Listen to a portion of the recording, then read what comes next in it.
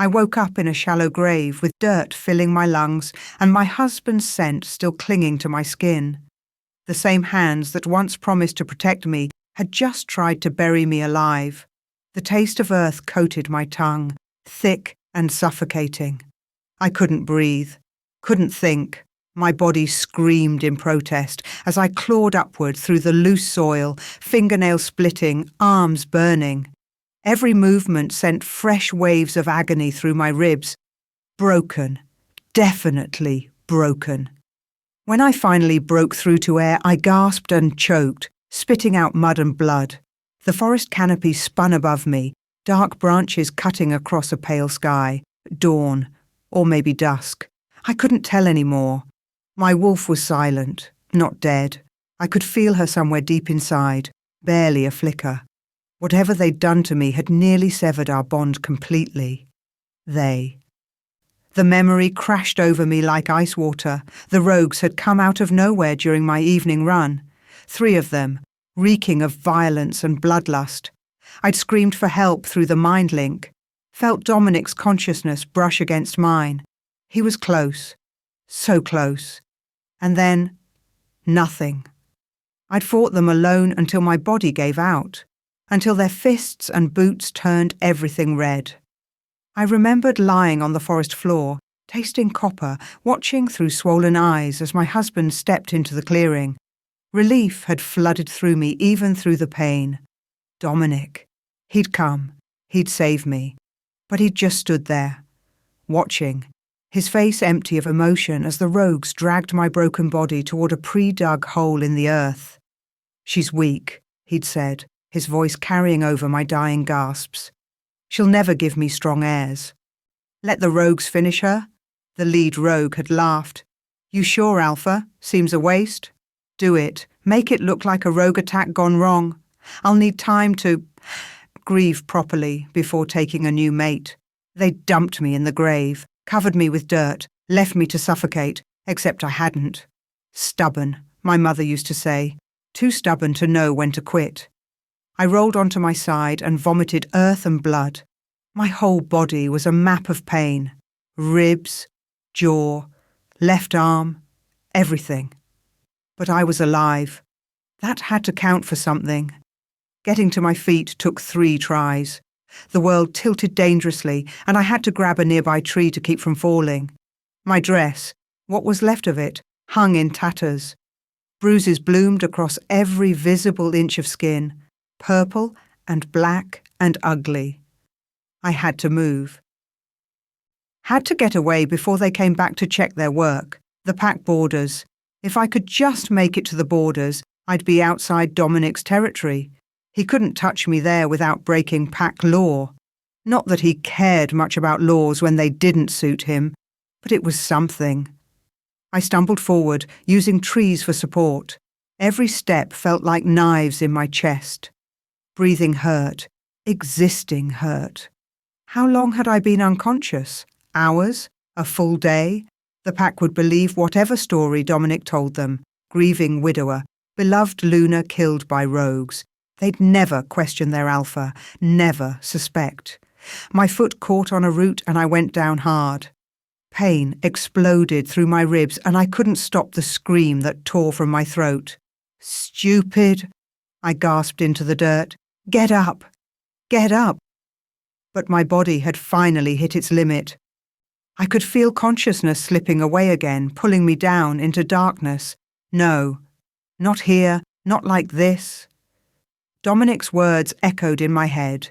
Weak. She'll never give me strong heirs. 3 years of marriage, 3 years of trying, of hoping, of thinking. Maybe he'd grow to love me the way I'd loved him. And all that time, he'd just been waiting for an excuse to get rid of me. Fresh rage gave me enough strength to crawl forward another few feet, then another. The pack borders had to be close. I could feel them. That subtle shift in the air that marked where territory lines were drawn. Just a little further. My vision was fading when I finally crossed the invisible boundary. The bond to the Blackwood pack, my pack, or what used to be my pack, snapped like a broken thread. The sudden emptiness left me gasping. I was packless now. Omega. The lowest of the low. And then there were hands on me, surprisingly strong, pulling me upright. Easy now, a voice said, female, older. I've got you. I tried to focus on her face, but everything was blurry. Silver hair, sharp eyes that seemed to see right through me. Who? Hush. Save your strength. Can you walk? I shook my head. Could barely keep my eyes open. The woman, whoever she was, made a frustrated sound. Then she was hauling me up, supporting most of my weight as she half-dragged me away from the border. You're lucky I listened to my instincts, she muttered. Felt something pulling me out here all morning. Figured it was just my imagination playing tricks, but no, here you are, more dead than alive. I wanted to ask where she was taking me, wanted to ask why she was helping, but the darkness kept pulling at me. And forming words felt impossible. She got me somewhere warm, a cabin maybe? The scent of herbs and wood smoke filled my nose. She laid me down on something soft, and I nearly wept at the relief. This is going to hurt, she warned, and then her hands were on my ribs, pressing, examining.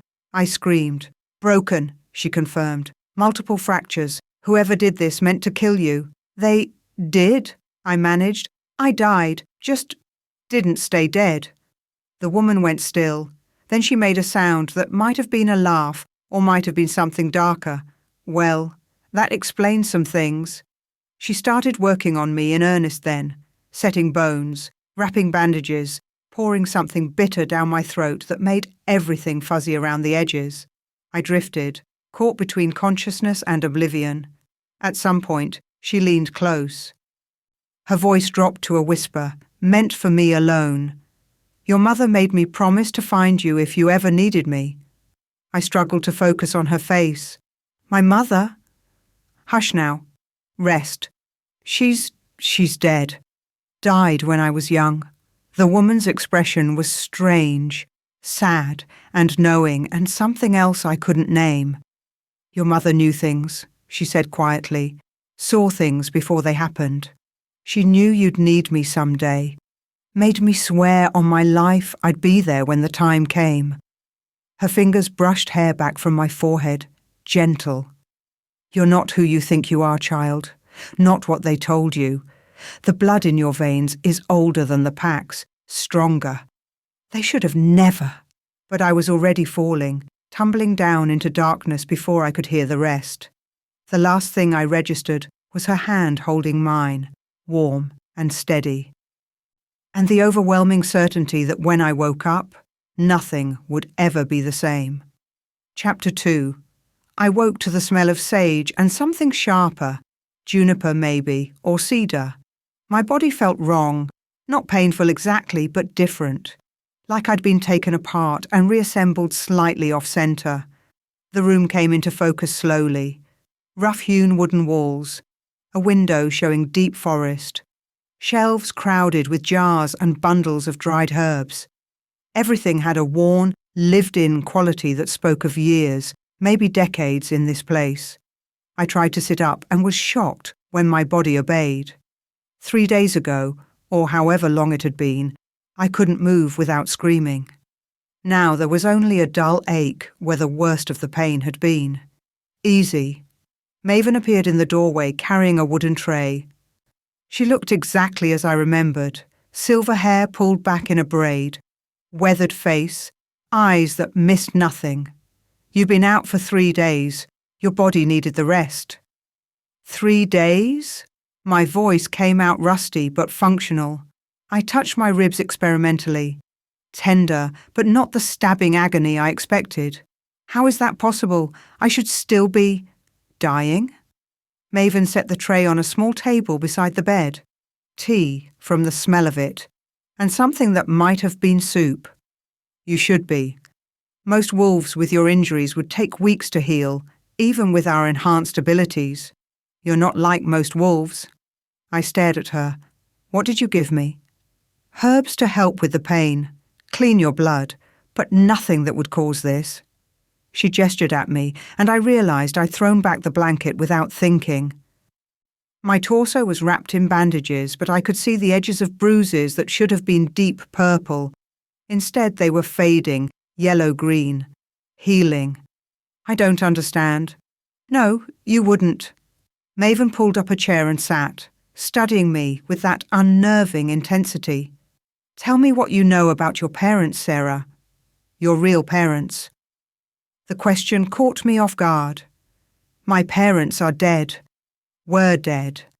My father died in a rogue attack when I was 5. My mother, illness, when I was 7. I went to live with my aunt until she died too. Then I aged out of the PAX youth program and I stopped, something cold settling in my stomach. Why are you asking me this? Because everything you just told me is a lie. The words hung in the air between us. I wanted to laugh, to tell her she was crazy. But something in her expression stopped me. That's impossible. I remember my parents. I remember memories can be manipulated, Maven said quietly, especially in young children, especially when dark magic is involved.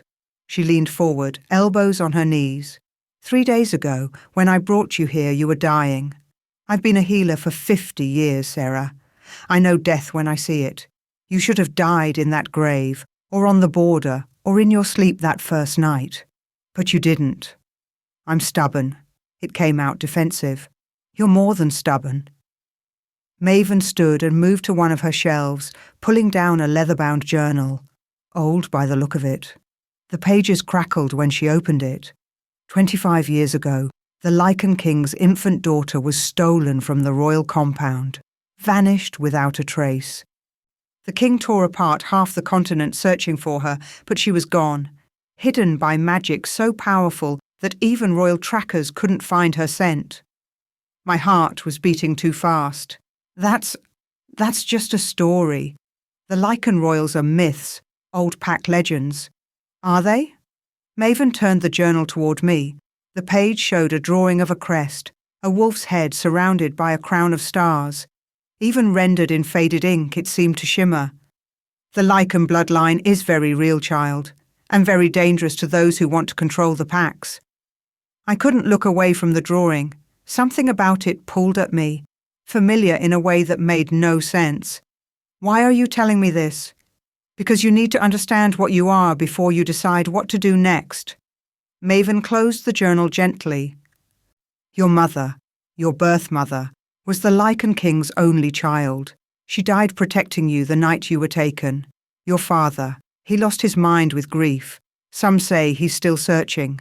Others say he died years ago, consumed by the need for vengeance. Stop. I held up a hand, head spinning. Just stop. I don't know what you think you know, but I'm nobody. I'm weak. I couldn't even shift until I was 16. And even then, my wolf was barely there. I'm the opposite of powerful. Because someone made you that way. Maven's voice was sharp now, cutting through my denials. Someone bound your abilities when you were an infant, suppressed everything that would have marked you as different, made you believe you were weak, powerless, Omega. And you believed it because you had no reason not to.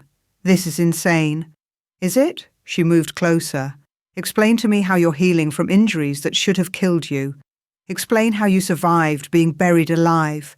Explain. She reached out and pulled at the collar of my shirt before I could stop her. Explain this.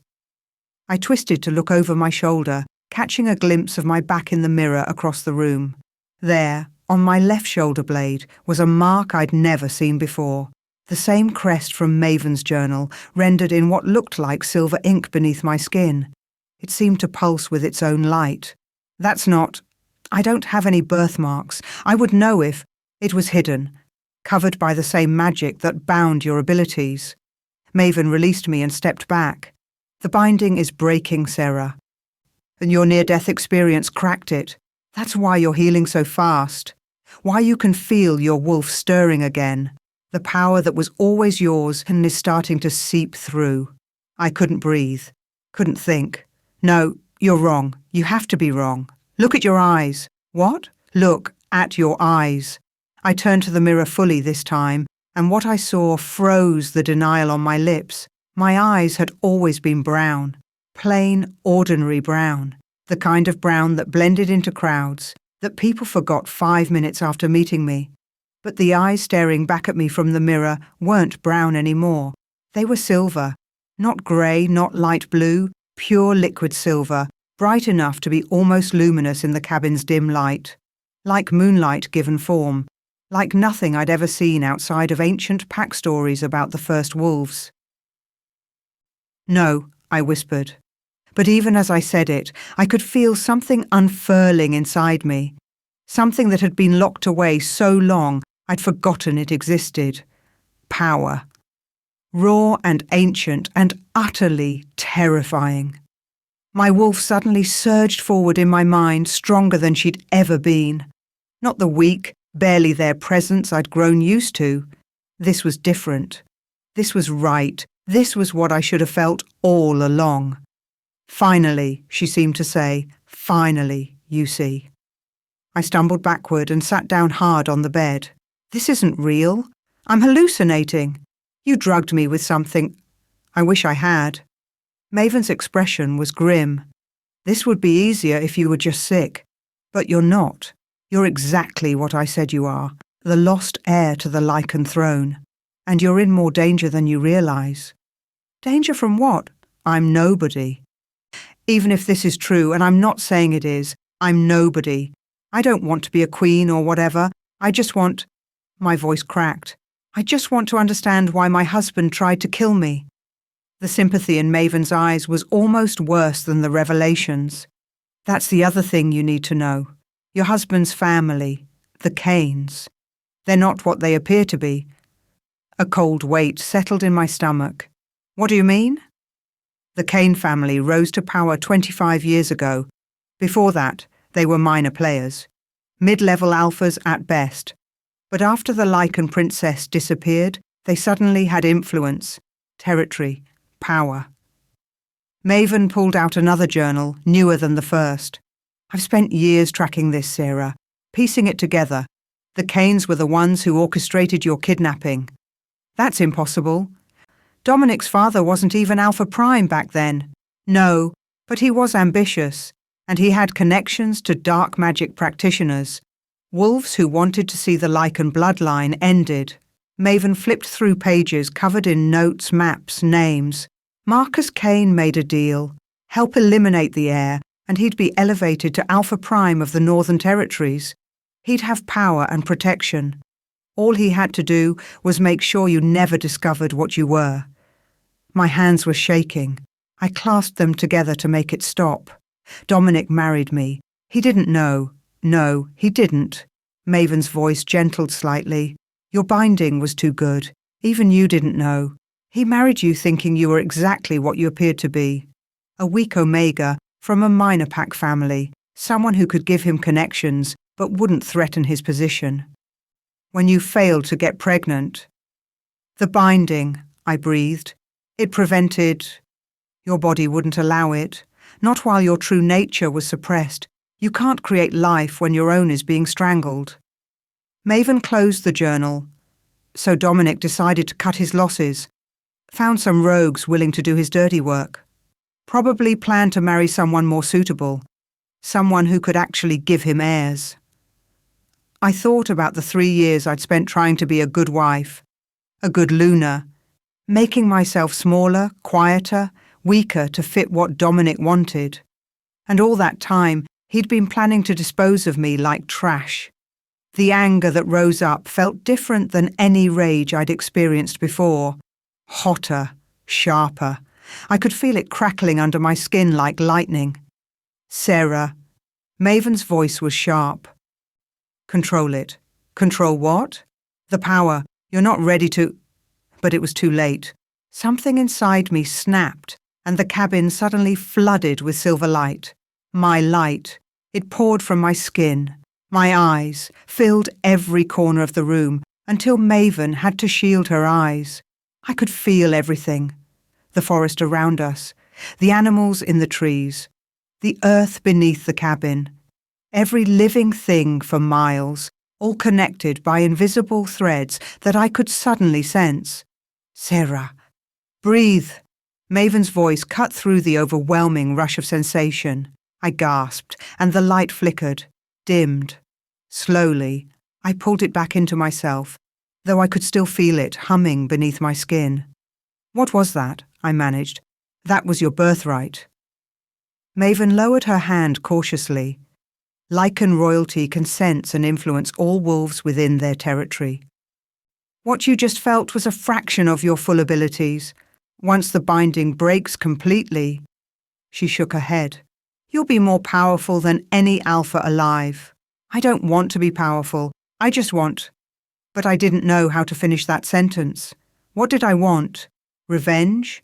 Justice? To go back to my small, quiet life where I didn't have silver eyes and magic crackling under my skin. You don't have the luxury of choice anymore, Maven said quietly. The binding is breaking whether you like it or not. And when it does, every wolf with a shred of alpha instinct will sense what you are, including Marcus Kane. The name sent ice through my veins. Dominic's father, the Alpha Prime who supposedly orchestrated my kidnapping. He'll kill me. He'll try. Maven moved to the window, looking out at the darkening forest. Marcus has spent 25 years building his power base on the belief that the Lycan bloodline was ended. If you emerge, if you claim your birthright, his entire empire crumbles. Every alliance, every territory deal, every pact that swore loyalty to him, all of it becomes invalid the moment a true Lycan heir appears. Then I won't claim it. I'll hide. There's nowhere to hide from what you are. Maven turned back to me, and her expression was fierce. The binding kept you hidden because it suppressed your scent, your power, everything that marked you as different. But it's breaking. Soon every wolf in the Northern Territories will be able to sense you. You can't run from that. I stood on shaking legs, needing to move, to do something with the energy singing through my body. So what am I supposed to do? Walk up to Marcus Kane and announce I'm the heir he tried to murder? That'll end well. No. You get strong first. You learn to control your abilities. You find allies. Maven crossed her arms. And then you take back what was stolen from you. I'm not a warrior. I'm not a queen. I'm a survivor. Maven's voice was hard. You survived a childhood of suppression. You survived a marriage to a man who saw you as disposable. You survived being buried alive. Stop telling me what you're not and start figuring out what you are. The words hit like a physical blow. I wanted to argue, to deny, but she was right. I had survived. Against every odd, through every attempt to make me weak and small and forgettable, I'd survived. And now, with power thrumming beneath my skin and silver eyes staring back at me from the mirror, I was done being weak.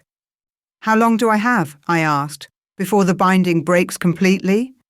Days, maybe a week. Maven's expression softened slightly. I can teach you the basics, help you control the first surge, but after that, I'm on my own. Not alone. Your mother made me promise to protect you. I intend to keep that promise. She moved to the door, then paused. Rest tonight. Tomorrow your real training begins. And Sarah? She looked back at me. Your husband and his father took everything from you. Your identity, your family, your power. Don't let them take your life too. She left, closing the door softly behind her.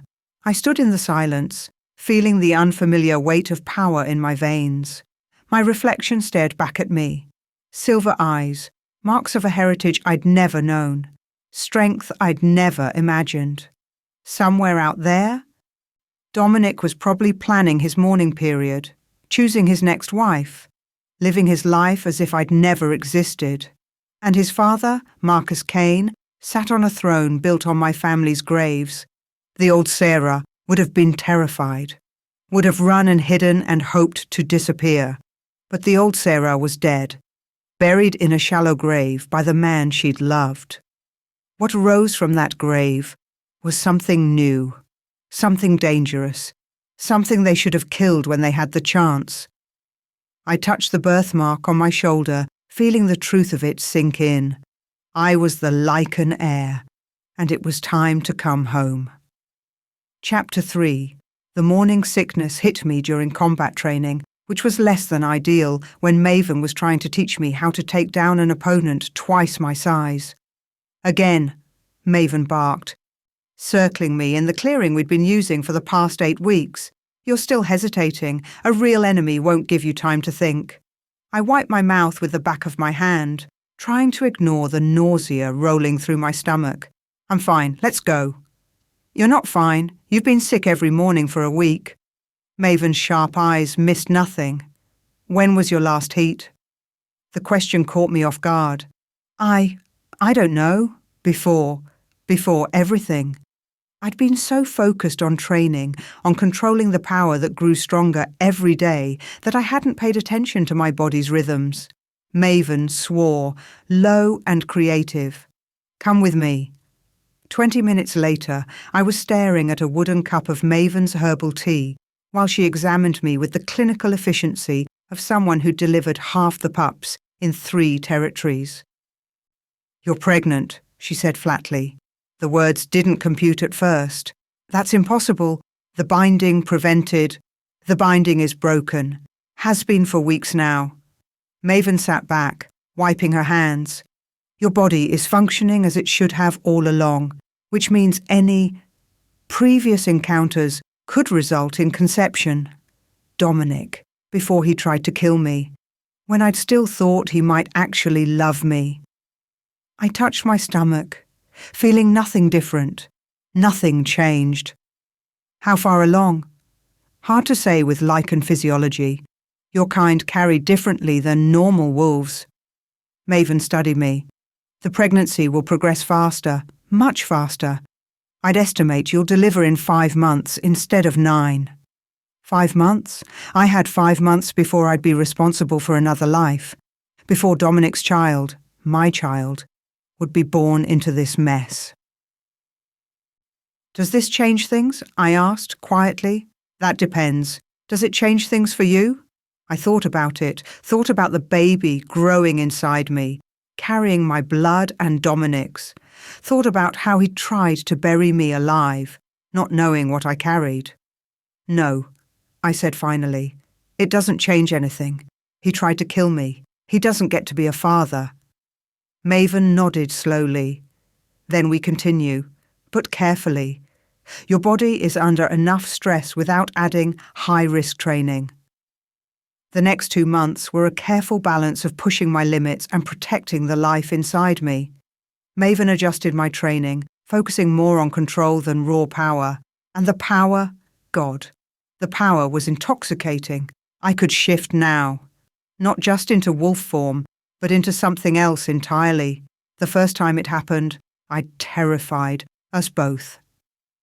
It had started as a normal shift, that familiar pull of bone and muscle rearranging. But instead of dropping to 4 legs, I'd kept rising, growing. When the transformation finished, I stood nearly 7 feet tall, still bipedal, but covered in silver-white fur. My hands had ended in claws that could rip through tree trunks. My strength in this form was staggering. Lycan, Maven had breathed, staring up at me with something like awe. The true form. I've only seen it once before, and that was your mother. The Lycan form was both blessing and curse, powerful beyond measure, but also a beacon. Any wolf who saw it would know exactly what I was. But I was learning to control it, learning to channel the power into my human form, to move with speed and strength that made even Maven step back in surprise.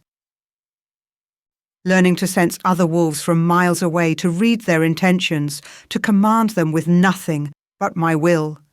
The pregnancy complicated things, but it also strengthened my resolve. This child would never know weakness, would never be suppressed or diminished or told they were less than they were, and they would never know their father. By the end of the 2nd month, I barely recognized myself. The physical changes were partly intentional. I'd cut my long dark hair to shoulder length and dyed it a deep auburn. My body had changed too, muscle replacing softness, confidence replacing the hesitant way I'd always carried myself. But the real transformation was deeper. I moved differently now, spoke differently. The Omega who'd tried to make herself small and invisible was gone completely. "Celine Gray," I said, testing the name in front of Maven's mirror. "Alpha of the... Where should I be from?" "Western Territories," Maven suggested, "remote enough that no one would know the packs well. Say your pack was destroyed by rogues and you're looking to rebuild alliances." I nodded, studying my reflection. Auburn hair, silver eyes that I'd learned to mute to pale grey, new confidence in every line of my face. Even my scent had changed as my Lycan abilities emerged, no longer the bland, forgettable Omega scent, but something richer, something that made other wolves instinctively want to submit. "You're ready," Maven said from behind me. "Am I?" I turned to face her. "What if someone recognizes me?" "They won't. You look nothing like the broken Omega they buried. And even if they suspect..." She smiled, sharp and dangerous. "You're strong enough now to handle it?" She was right. I'd tested my abilities against Maven's contacts, strong wolves, fighters, even a few alphas. They'd all submitted to me eventually, unable to resist the pull of my bloodline. It was time to go home. The Crescent Moon Pack territory looked exactly as I remembered it. Rolling hills, dense forest, the pack house sitting at the centre like a throne. I'd lived here for 3 years and never felt like I belonged. Now, watching from the shadows of the tree line, I felt nothing but cold determination. I'd been observing for 3 days, learning the new patterns. Dominic had wasted no time. His mourning period had lasted all of 2 weeks before he'd announced his engagement to Vivian Ashford. Vivian, the pack beauty who'd made my life hell from the moment Dominic chose me over her. She'd never forgiven me for stealing him. Never mind that arranged matings were political, not romantic. Now she paraded around the pack house like she'd already claimed lunar status, wearing designer clothes and a smile that never reached her eyes. I watched her through the windows of what used to be my home and felt nothing. No jealousy, no pain. Just a clinical assessment of a target. Dominic was harder to watch. He looked good, bastard always did. Strong, confident, every inch the alpha he'd been raised to be. He touched Vivian with casual possessiveness, marked his territory with kisses and public displays that made the pack coo. Not once did I see him look sad. Not once did I see any sign that he mourned the wife he'd murdered. I was crouched in my observation spot, a thick oak with perfect sight lines to the pack house, when I heard them coming. 2 sets of footsteps, heading toward the forest edge. I melted further into the shadows, controlling my breathing, my scent, everything that might give me away. My Lycan abilities made me nearly invisible when I wanted to be. Dominic emerged first, his father beside him. Marcus Kane, the Alpha Prime. The man who'd orchestrated my kidnapping 25 years ago. They thought they were alone, thought the forest was empty. "The Western Territories are getting restless," Marcus was saying. His voice was exactly as I remembered, smooth, authoritative, with an edge of steel underneath. "Alpha Grey has been asking questions about the bloodline requirements for the Continental Council." My breath caught. Were they talking about me? About Celine Gray? "Let them ask," Dominic said dismissively. "We've covered our tracks well. There's no way to prove anything. Still, we should be cautious. If anyone ever discovered what we did..." "They won't. The Omega's dead. The binding suppressed her completely. She never knew what she was, and now she never will." Dominic's voice was cold, factual. "Honestly, I'm glad the weak little thing is finally gone. 3 years of watching her cower and apologize for breathing. I should have ended it sooner." The words hit like physical blows. I'd known he didn't love me, known he'd tried to kill me. But hearing him dismiss our entire marriage with such casual cruelty... My hands clenched on the tree branch. The wood creaked ominously. Both men froze, heads snapping toward my position. I didn't breathe, didn't move. Let my power sink deep, making myself nothing but another shadow among many. What was that? Marcus asked. Dominic scanned the trees, eyes sharp. Probably just an animal. The forest is full of them. I don't like it. Ever since we dealt with the Omega, I felt watched. You're paranoid. But Dominic kept looking, kept searching. I remained perfectly still, even when a patrol wolf passed within 10 feet of my position, even when my legs cramped and my muscles screamed for movement. I'd learned patience these past 2 months, learned to wait for the perfect moment. This wasn't it. Finally, they moved on, heading back toward the pack house. I waited until their scents faded completely before allowing myself to breathe normally, glad the weak little Omega is finally gone. The words echoed in my mind, fueling the cold rage that had become my constant companion. Fine. Sarah Blackwood was gone. The weak Omega, who'd loved and trusted and believed in her husband, was dead and buried. But Celine Gray was very much alive, and she was going to destroy everything they'd built on my grave. I spent the next week gathering information. Maven had taught me how to track, how to listen, how to piece together patterns from fragments of conversation. Dominic and Vivian's mating ceremony was scheduled for the new moon, 2 weeks away. Half the Northern Territories would attend. It was meant to be a grand celebration, solidifying Dominic's position as the Lycan Heir. Perfect. I also learned about Marcus's business dealings. The Alpha Prime had his fingers in everything. Territory agreements, resource allocation. Even the Continental Council that governed interpack relations. He'd built an empire on the assumption that the Lycan bloodline was extinct. Every deal he'd made, every alliance he'd formed, relied on that one critical fact. I touched my stomach, feeling the slight swell that had started to show. The baby was growing faster than a normal pregnancy, just as Maven predicted. I'd need to be careful about concealing it soon. My child. Mine and Dominic's, though he'd never know. The irony wasn't lost on me. He'd rejected me for being unable to give him heirs. If he knew I was carrying his child now, but he wouldn't know. This baby was mine alone. My bloodline, my power, my protection. I was making my way back toward neutral territory, toward the small cabin I'd rented under my new identity, when I sensed them. Wolves. 3 of them. Moving fast through the forest, not patrol wolves. These moved with the deliberate intent of hunters, and they were tracking me. I slipped into the shadows, assessing. Could they sense what I was? Had I been careless? Spread out, a voice called. Male, young, full of confidence. Alpha said there's been a strange wolf in the territory. We find it.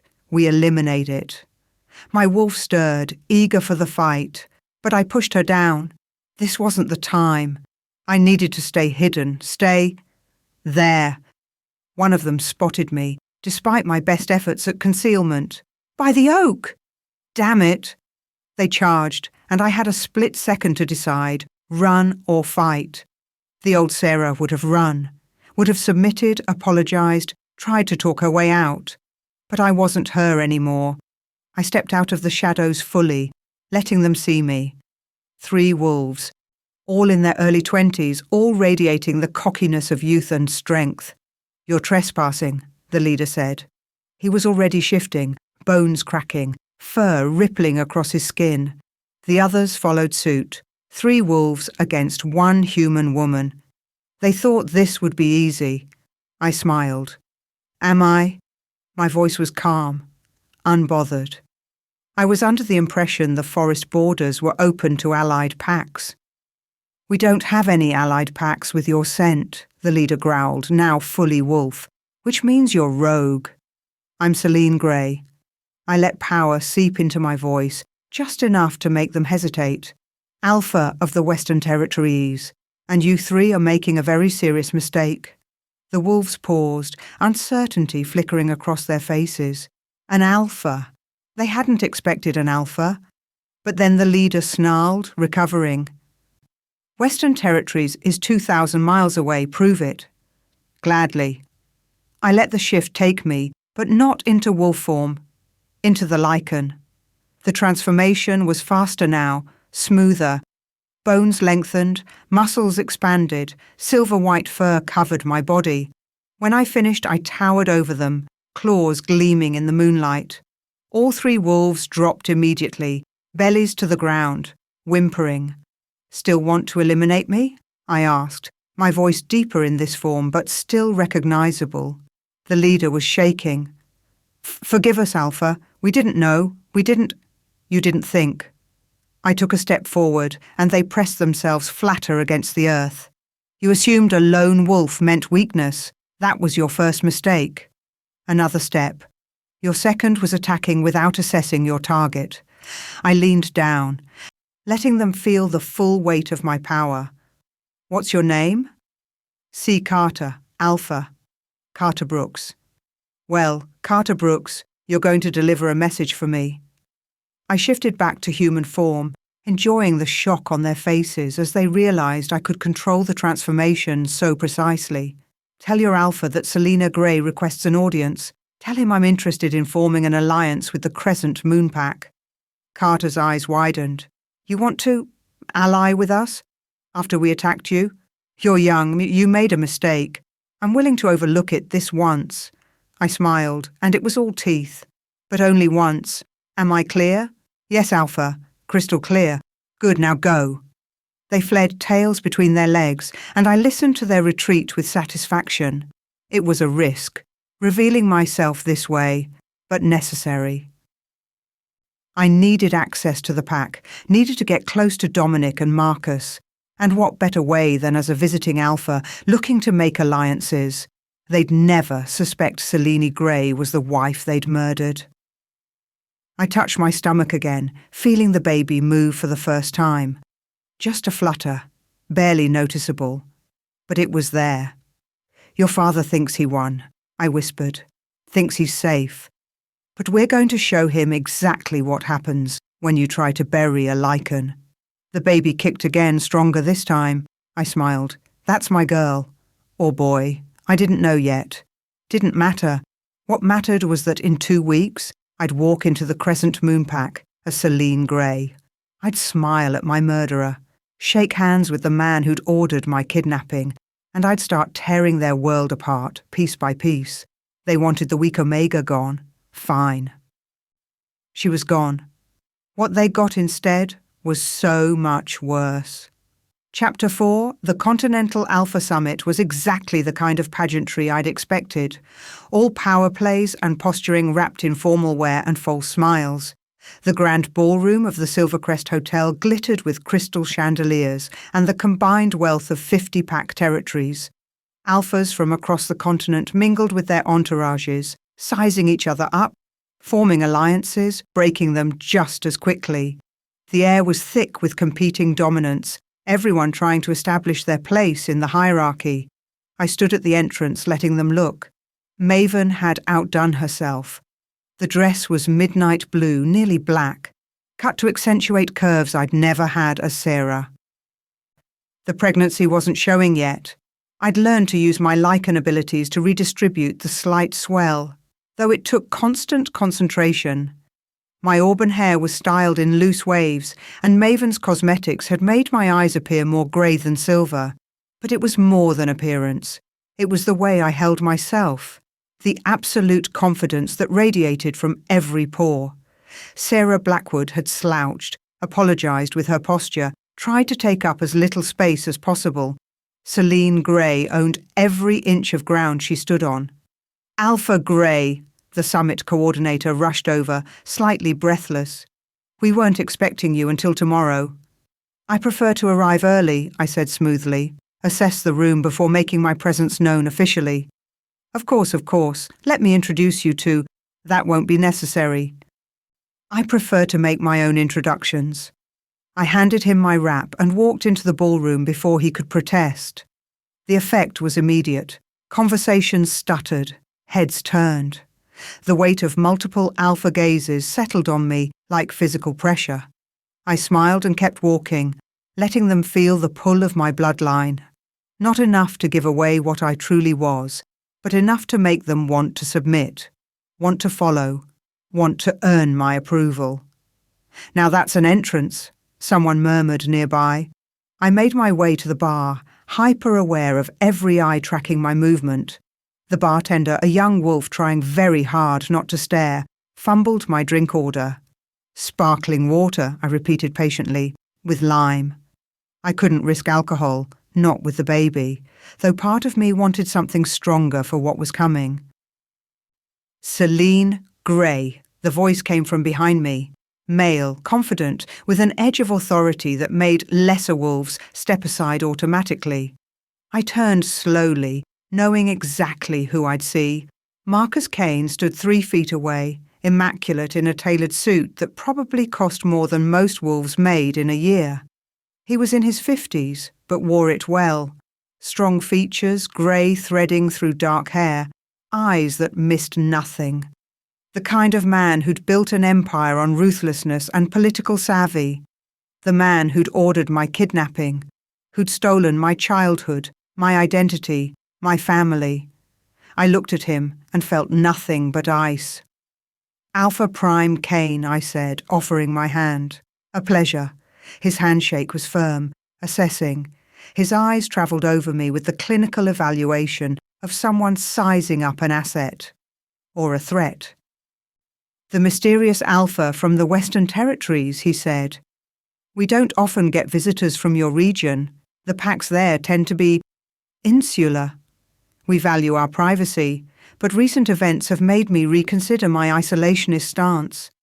I took my drink from the bartender, noting how Marcus's gaze sharpened at my choice of beverage. "No champagne? The summit is known for its excellent selection." I prefer to keep my wits sharp, especially in rooms full of ambitious alphas. I smiled over the rim of my glass. "You understand, I'm sure." He laughed, genuinely pleased. "Indeed I do. Perhaps we should speak somewhere more private? I'd like to learn more about your pack, your intentions in coming here."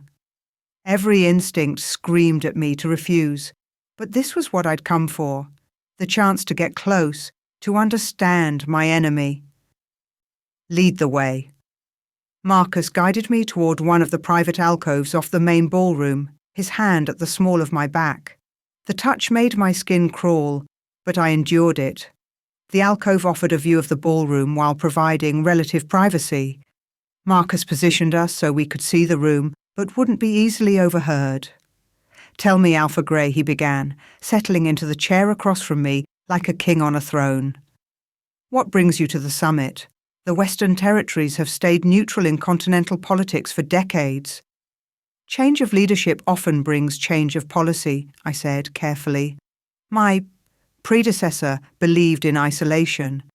I believe in strategic alliances. Wise, isolation is just another word for vulnerability in today's political climate." He leaned forward slightly. "The Continental Council is reshaping how packs interact. Those who adapt will thrive. Those who don't will be eliminated," I finished. "Yes, I'm aware, which is why I'm here, to ensure my pack isn't eliminated." Direct. I appreciate that. Marcus studied me with those calculating eyes. "You're quite young to be an alpha, especially of a traditionally conservative pack. Tragedy has a way of accelerating leadership transitions." I met his gaze steadily. "Rogues attacked our territory 2 years ago. By the time it was over, I was the strongest survivor." It wasn't entirely a lie. The rogues who'd attacked Sarah had just been working for Marcus's son. "I'm sorry for your loss," Marcus said, sounding anything but. "Though I must admit, their loss seems to be the continent's gain. You have a presence that's quite remarkable." The way he said it made my wolf bristle. He was trying to determine what made me different, what gave me the undeniable authority that even other alphas responded to. "You flatter me, Alpha Prime. I speak truth. In fact, you remind me of someone I knew long ago." His expression turned thoughtful. "Though she's been dead for 25 years now." My heart stuttered, but I kept my face neutral. "Oh? The Lycan King's daughter. I only met her once, when she was an infant, but even then you could feel the power radiating from her. He sipped his whiskey, casual as discussing the weather. Tragic, really. She was killed by rogues during a raid. The entire bloodline gone in one night. The lie rolled off his tongue so smoothly.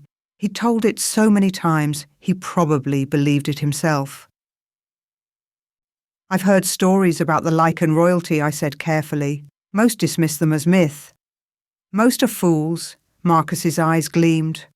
The Lycan bloodline was very real, and very dangerous to those of us building the new order. The old hierarchies needed to fall for progress to happen. So you eliminated threats to your power.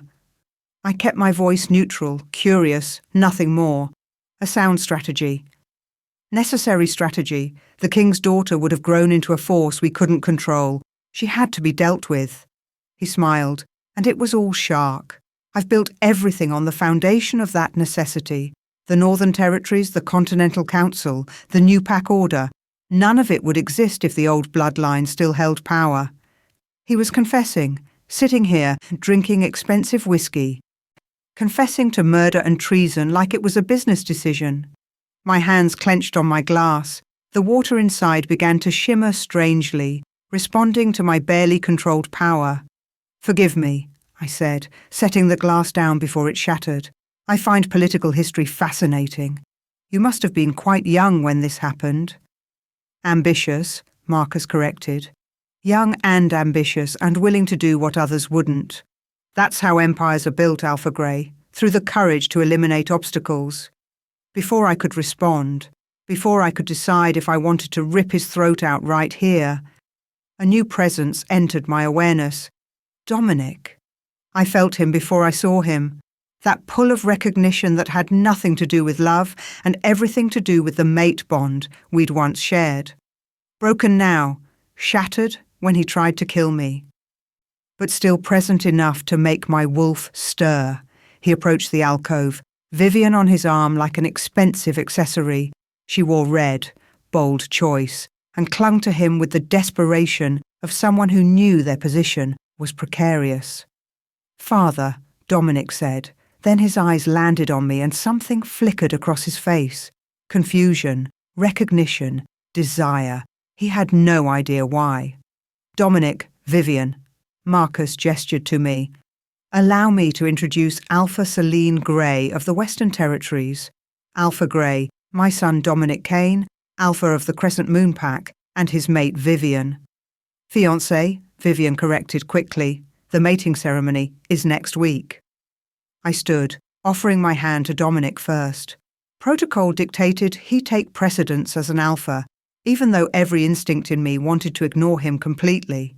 His hand closed around mine, and the contact sent electricity up my arm. His eyes widened slightly. He felt it too. "Alpha Grey," he said, his voice rough. "Welcome to the summit." "Alpha Kane." I withdrew my hand smoothly, turning to Vivian. "And congratulations on your upcoming ceremony." Vivian's handshake was brief, her smile not reaching her eyes. She'd already assessed me as a threat. Smart woman. "You're far from home," Dominic said, and he was staring at me in a way that made Vivian's grip on his arm tighten. The Western Territories don't usually send representatives. "I'm full of surprises." I smiled, letting him see the confidence, the power, everything Sarah had never shown him. "Your father and I were just discussing the importance of strategic alliances in the current political climate." "Indeed," Marcus interjected. "I was hoping to convince Alpha Grey to visit the Northern Territories, see what we've built, perhaps find areas of mutual benefit." "How generous," I said, though I'd hate to impose. "No imposition at all. In fact, you could attend Dominic's mating ceremony, see the Crescent Moon Pack at its finest." Marcus's smile was calculated. "Unless you have other commitments?" Dominic looked like he wanted to object, but couldn't without being rude. Vivian's smile had frozen into something brittle. This was perfect. Better than I'd planned. "I'd be honoured," I said. "It's been so long since I attended a proper mating ceremony. My last one was I let my gaze drift to Dominic. Well, it ended rather tragically, actually. The bride died shortly after. Terrible business. Dominic's face went carefully blank. I'm sorry to hear that. These things happen. Mates aren't always as well matched as they appear. I took a sip of my water, watching him over the rim. I'm sure yours will fare better. You seem very devoted to each other. Vivian preened. Dominic looked uncomfortable. Marcus, damn him, looked intrigued. You have a sharp wit, Alpha Grey. I appreciate that in a potential ally. I appreciate directness in return. I met his gaze. So let me be direct. What do you want from this alliance, Alpha Prime?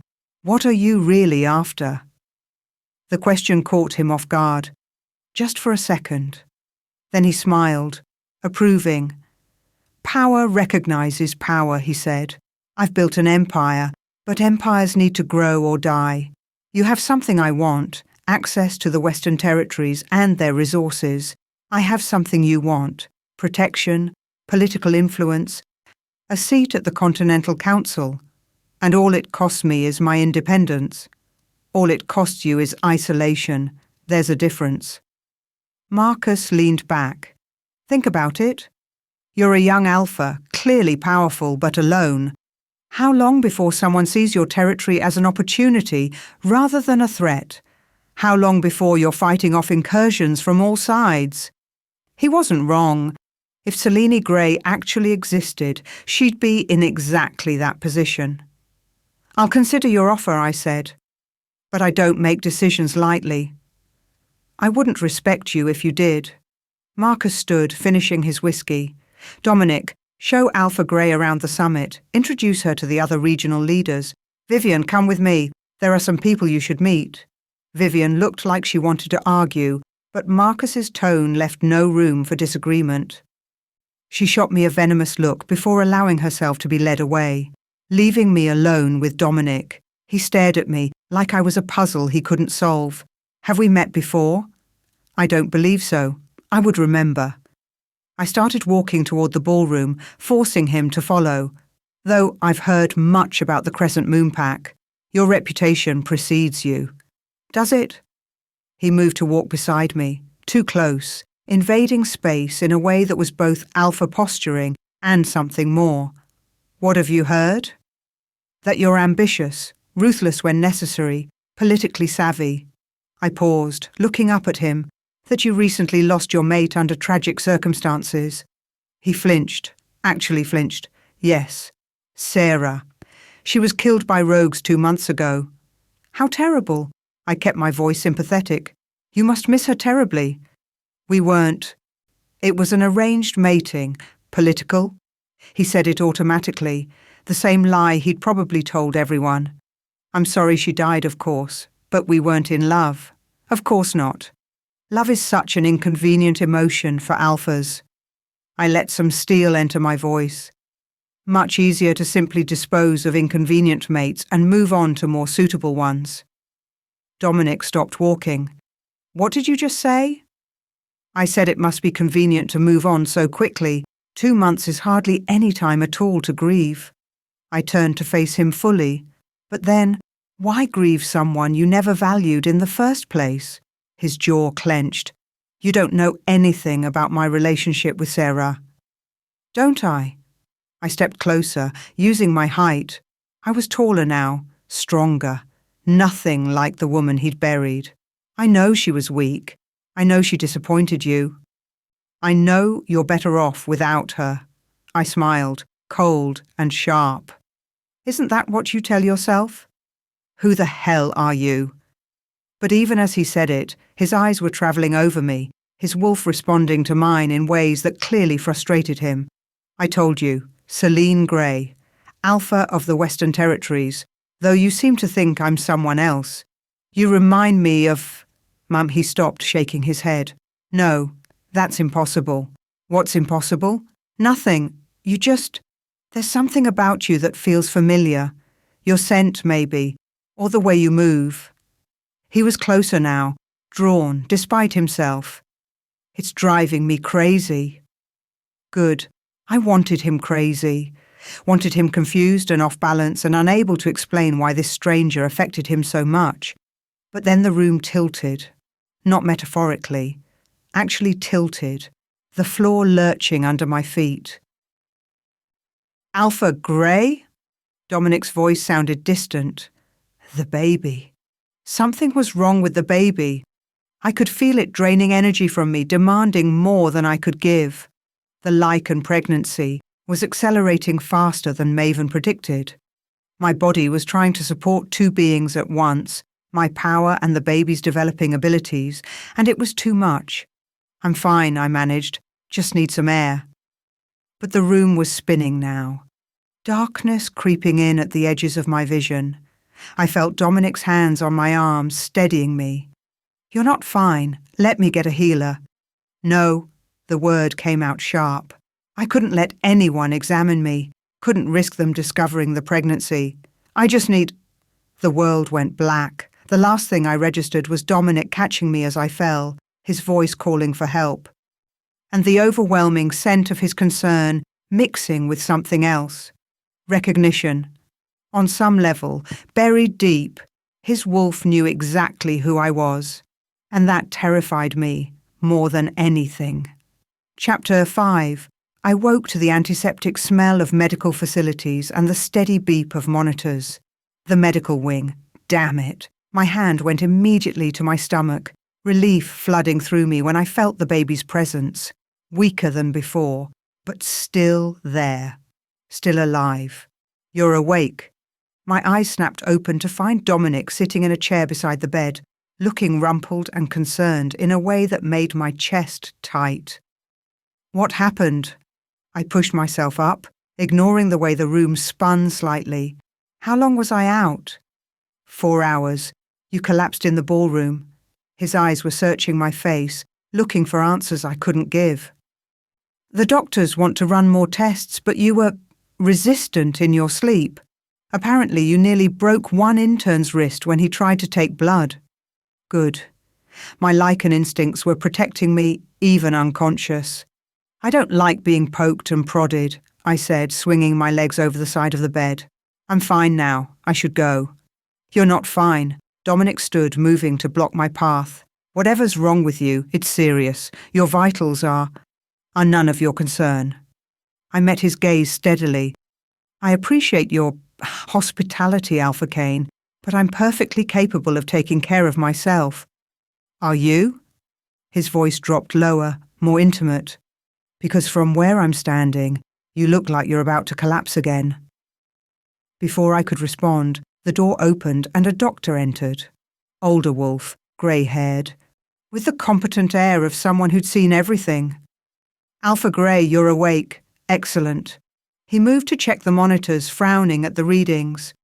"I'm Dr. Carver. You gave us quite a scare. Your heart rate was erratic, blood pressure dangerously low, and your hormone levels—" He trailed off, looking between Dominic and me. "Perhaps we should speak privately?" "Anything you need to say, you can say in front of Alpha Kane," I said, making a split-second decision. Better to control the narrative than let speculation run wild. "He's already involved." Dr. Carver hesitated, then nodded. "Very well. Alpha Grey, were you aware that you're pregnant?" Dominic went very still beside me. I let my expression show carefully measured surprise. "I suspected, but I wasn't certain." "You're certain now, approximately 3 months along, though—" Dr. Carver frowned at his tablet. "The development rate is unusual, accelerated. I've never seen anything quite like it." "My bloodline runs strong," I said carefully. "Pregnancies in my family tend to progress faster than normal." "How much faster?" "We typically carry for 6 months instead of 9. It was a lie, but close enough to the truth that it would hold up under scrutiny. Lycan pregnancies were 5 months, but I couldn't reveal that detail. Dr. Carver made notes. "That would explain some of the readings, though not all. Your vitals are extraordinary. Your healing factor alone is at least 3 times what I'd expect from an alpha. And your strength indicators—" He shook his head. "You're quite remarkable, Alpha Grey." Too remarkable. I needed to end this examination before he started asking questions I couldn't answer. The baby is healthy? I asked. As far as I can tell, yes, though I'd recommend complete bed rest for at least a week. The fainting spell was your body's way of saying you're pushing too hard. Noted. I stood pleased when my legs held steady. Now, if you'll excuse me, Celine. Dominic's hand on my arm stopped me. The use of my first name, the familiar touch, both were far too intimate for strangers. You can't just leave. You need rest, medical supervision. I need to get back to my hotel room. I pulled my arm free gently. Dr. Carver has given his recommendations. I'll follow them. At least let me escort you, Dominic insisted. Make sure you get there safely. Every instinct screamed at me to refuse. Being alone with him was dangerous. But refusing would seem suspicious, and I'd already drawn too much attention. Fine, I said, but just to the hotel. Dr. Carver looked like he wanted to argue, but he was outranked and knew it. I'll send my recommendations to your room. Please, Alpha Grey, take this seriously, for your baby's sake if not your own. I will. Thank you, Doctor. Dominic and I walked through the summit halls in tense silence. I could feel him struggling with questions, with concerns he had no right to feel for a stranger. The father, he finally said as we reached the elevators. Is he? Dead. The lie came easily. In a way it was true. The Dominic who'd been my husband was dead. This man beside me was something else entirely. He died before I knew about the pregnancy. I'm sorry, don't be. We weren't in love either. I let some bitterness creep into my voice. Seems to be a theme with alpha matings, doesn't it? Political convenience over actual feeling. The elevator doors opened and we stepped inside. Alone in the small space, his scent was overwhelming. Cedar and leather and something uniquely him that made my wolf howl with recognition. Not all matings are loveless, Dominic said quietly. No? Was yours? I turned to look at him directly. Did you love Sarah? His jaw clenched. That's none of your business. You're right, it's not. I turned back to face the doors. Just like my pregnancy is none of yours. Why does it feel like it is? The question was almost whispered, like he hadn't meant to say it aloud. Why do I feel protective of you, concerned? Like I've known you longer than a few hours? Because you did. I wanted to say, because we were married for 3 years, because that bond, even broken, still exists on some level your wolf recognizes. But instead I said, sometimes people just connect. Chemistry, pheromones, nothing mystical about it. The elevator reached my floor. I stepped out, expecting him to stay behind. He followed. Dominic, let me at least see you to your door. I sighed, but didn't argue. We walked down the plush hallway to my suite. Maven had spared no expense on the booking, knowing I'd need to project power and wealth. At my door, I turned to face him. Thank you for your concern, Alpha Kane. But I'm fine now. You can return to your fiancée with a clear conscience. Vivian. He said her name like he'd forgotten she existed. Right. The ceremony is in a week. You don't sound enthusiastic. It's a good match. Politically sound? She's beautiful, connected, everything an alpha's mate should be. Everything except the one you want. The words slipped out before I could stop them. His eyes locked on mine. What makes you say that? The way you look at her, or rather, the way you don't. I tilted my head, studying him. You look at her like she's a business arrangement, which I suppose she is. And how do I look at you? His voice had dropped lower, and he'd moved closer without me noticing. Dangerous question. Dangerous proximity. Like you're trying to remember something you've forgotten. I held my ground, refusing to back down.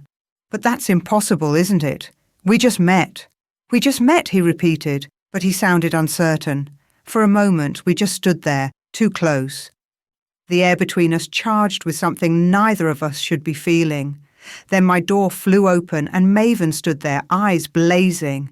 "There you are," she said, her tone pure exasperation. "I've been looking everywhere. Honestly, Celine, you can't just—" She stopped, taking in Dominic's presence. Alpha Cain. How unexpected. Maven. I seized the opportunity to step away from Dominic, moving toward her. "I apologize for worrying you. I had a small health incident." "So I heard." Maven's sharp eyes took in everything. Dominic's protective stance, my carefully maintained distance, the tension crackling between us. "Perhaps we should discuss this inside, privately?" It was clearly a dismissal. Dominic looked like he wanted to argue, but Maven's expression left no room for negotiation. "Of course," he said finally. "Celine. If you need anything—" "I'll be fine," I interrupted. "Thank you again for your help." He hesitated, then nodded and left. I watched him walk down the hallway, feeling his reluctance like a physical thing. The moment my door closed, Maven rounded on me. "What were you thinking, fainting in the middle of the summit, with him there?" She pointed at my stomach. "The baby is destabilizing faster than I predicted." "How long were you unconscious?" 4 hours, and a doctor examined me. I moved to the couch, suddenly exhausted. "He knows about the pregnancy." Maven swore. "Sarah!" I handled it, claimed the father is dead, that my bloodline carries faster pregnancies. He accepted it. I rubbed my temples. Though the readings concerned him. My vitals are too strong, apparently. "Of course they are. You're Lycan." Maven began pacing. "This is accelerating. The baby is drawing too much power, growing too fast. At this rate—" "How long?" I asked, quietly. 3 months, maybe less." Maven's expression was grim. "The pregnancy should have been 5 months total. But your near-death experience, the breaking of the binding, the stress of maintaining this charade, it's all speeding up the process. 3 months until I'd give birth to a Lycan Heir. 3 months to find allies, establish my claim, protect myself and my child from the people who wanted us dead." "There's something else," Maven said, her voice dropping. "Something I learned from my contacts at the summit. Marcus has people digging into your background." My stomach dropped. "How deep?" "Deep enough to discover there's no grey pack in the Western Territories, no records, no territory claims. Nothing." Maven sat across from me. "He's suspicious. He knows you're lying about something."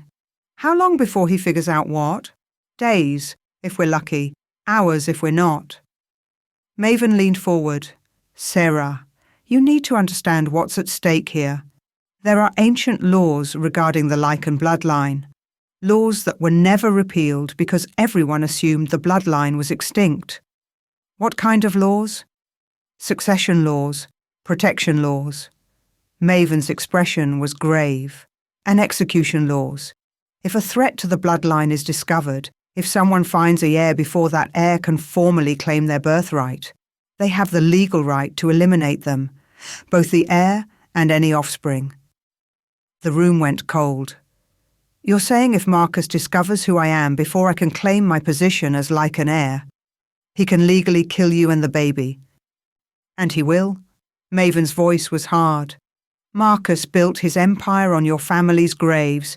He won't hesitate to finish what he started 25 years ago."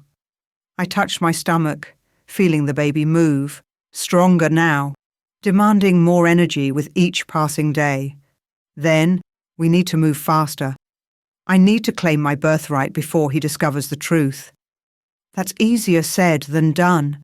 The Lycan Council scattered after your family was killed. No one knows where they are anymore." "Someone has to know. There must be records, contacts, something." Maven was quiet for a long moment. "There's one person who might have answers, but contacting him is dangerous." "Who?" "Your father." The words hung in the air between us. "My father is dead," I said automatically. "That's what everyone thinks. What Marcus wants everyone to think." Maven pulled out her phone, showing me a grainy photograph. "But 6 months ago, one of my contacts reported seeing him in the Eastern Territories, living under an assumed name, but—" "It's him, Sarah. The Lycan King is alive. I stared at the photo. The man was older, weathered, but I could see the resemblance to my own features. Strong jaw, silver eyes, the same presence that made others instinctively defer. If he's alive, why hasn't he come forward? Why hasn't he claimed? Because he's broken, Maven said gently. Your mother's death, your kidnapping, it destroyed him. He went into hiding, gave up his throne, his power, everything. Some say he's mad. Others say he's just lost. But he might know where the council is. He might. But finding him, convincing him to help you, Maven shook her head. It's a long shot. It's the only shot we have. I stood, decision made. Where was he last seen? The Shadowpine territory. But Sarah, that's Marcus's domain. You can't just walk in there. Watch me. I moved to the window, looking out over the city lights. Somewhere out there, Marcus was digging into my background. Somewhere out there, Vivian was plotting. Somewhere out there, Dominic was struggling with feelings he didn't understand. And somewhere in the Eastern Territories, my father, the man I'd thought dead my entire life, was hiding from the world. I have 3 months, I said quietly. 3 months to find my father, locate the Lycan Council, claim my birthright, and protect my baby from the people who want us dead. That's impossible. Probably. I turned to face Maven, letting her see the determination in my eyes. But I've done impossible things before. I survived being buried alive. I survived losing everything. I survived becoming someone new. This is different. This is everything. I placed my hand over my stomach. This baby is the future of the Lycan bloodline, my father's grandchild, the heir to a throne that's been empty for 25 years. I met Maven's gaze steadily. I won't let Marcus Kane take that away. Not again. Maven studied me for a long moment, then nodded slowly. Your mother would be proud, terrified, but proud. Tell me about her, my real mother. Later. Right now we need to plan. Maven pulled out maps, documents, everything she'd been gathering. If we're going to find your father, we need to move carefully. Marcus has eyes everywhere in the Eastern Territories. We spent the next hour strategizing, planning, trying to figure out how to infiltrate enemy territory without getting killed. I was so focused on the maps that I almost missed the knock on the door. Maven and I exchanged glances. She moved to answer it while I positioned myself out of direct sight. Delivery for Alpha Grey, a young wolf said. Maven accepted a large envelope, tipped the messenger and closed the door. She turned the envelope over, frowning. It's from Marcus Kane. My blood ran cold. Open it. Inside was a formal invitation on expensive cardstock, but it was the note underneath that made my heart stop. Alpha Grey, I find myself increasingly intrigued by you. Your pack history seems elusive. I do hope you'll join me for a private dinner tomorrow evening so we can discuss this mystery. I so enjoy solving mysteries. Regards, Marcus Kane. The threat was clear. He knew something was wrong, and he was giving me one chance to explain before he started digging deeper. He's testing you, Maven said, seeing if you'll run. I won't run. I read the note again, analysing every word. I'll go to his dinner. I'll look him in the eye and lie to the man who murdered my family. That's suicide. No, I set the note down carefully. That's strategy. If I run, he knows I'm hiding something important. If I go, act unconcerned, give him a plausible explanation. I smiled, cold and calculating. I buy myself time. Time for what? Time to find my father. Time to locate the council. Time to become strong enough that when Marcus finally discovers who I am. I looked at Maven. He'll be the one who's afraid. Maven shook her head but didn't argue. She knew me well enough by now to know when I'd made up my mind. My phone buzzed. A text from an unknown number. Are you all right? D. Dominic. Somehow he'd gotten my number. I stared at the message, thumb hovering over the reply button. Every instinct told me to ignore it, to maintain distance, but another part of me, the part that was still Syrah, still remembered loving him, wanted to respond. "I'm fine," I typed back. "Thank you for your concern. The baby, you'll take care of yourself?" Why did he care? Why did this stranger's pregnancy matter to him? I always do. I deleted his number and blocked it before I could be tempted to continue the conversation. "You're playing a dangerous game," Maven observed. "I know." I moved to the window again, looking out at the city, but it's the only game I know how to play anymore. Tomorrow, I'd have dinner with my family's murderer. In 3 days, I'd leave for the Eastern Territories to find a father who might not want to be found. In 3 months, I'd give birth to a child who could change everything. And through it all, I'd pretend to be someone I wasn't, while slowly becoming someone I'd always been meant to be. The Lycan Heir had returned. Now she just had to survive long enough to claim her throne. Chapter 6. The rogue's name was Dax, and he was exactly the kind of wolf Vivian could afford. Cheap, desperate, and willing to do anything for the right price.